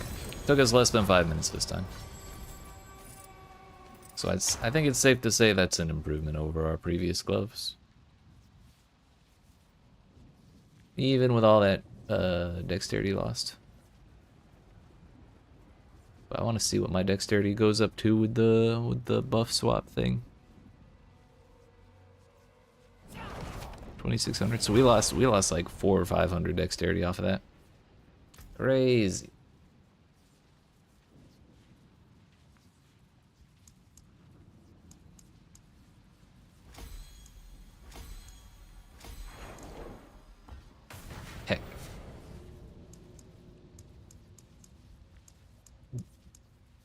Well, not so bad, not so bad. An interesting day for sure.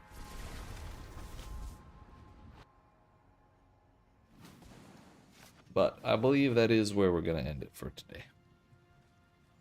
Been a solid 4 hours of Salaman Pit and a couple of hordes. I forge more than posh shoes. What's still I think we learned a lot. forge hot. Return soon. Our damage definitely improved with the science we did. Adaptive stances seems to be the way to go. I might try another horde at some point and see if adaptive stances feels alright there. Hell yeah, I appreciate that, Mr. Hades. You as well. But yeah, I appreciate y'all watching. Hope you've enjoyed. If you did, and you've not already, make sure you smack the follow button if you're watching on Twitch. Smack the like and subscribe button if you're watching on YouTube. And come see me again tomorrow at 2 p.m. Eastern Daylight. Actually, not daylight. Tonight, we go to Eastern Standard Time. The U.S. is having its time change tonight. So you have yourselves a good night. Get an extra hour sleep if you're in the U.S. and somewhere that still does daylight savings time. So if you're not in the U.S., tomorrow I will be live 1 hour earlier than usual, I believe. No, 1 hour later. Yeah, because if I'm starting at 2 right now, tomorrow I'm starting at 1. Fuck. Time is really hard. I'll be an hour off either early or late, but I'll schedule the thing on YouTube so you'll get the notification. But yeah, hope you have yourselves a good night. I'll talk to you tomorrow. Yeet.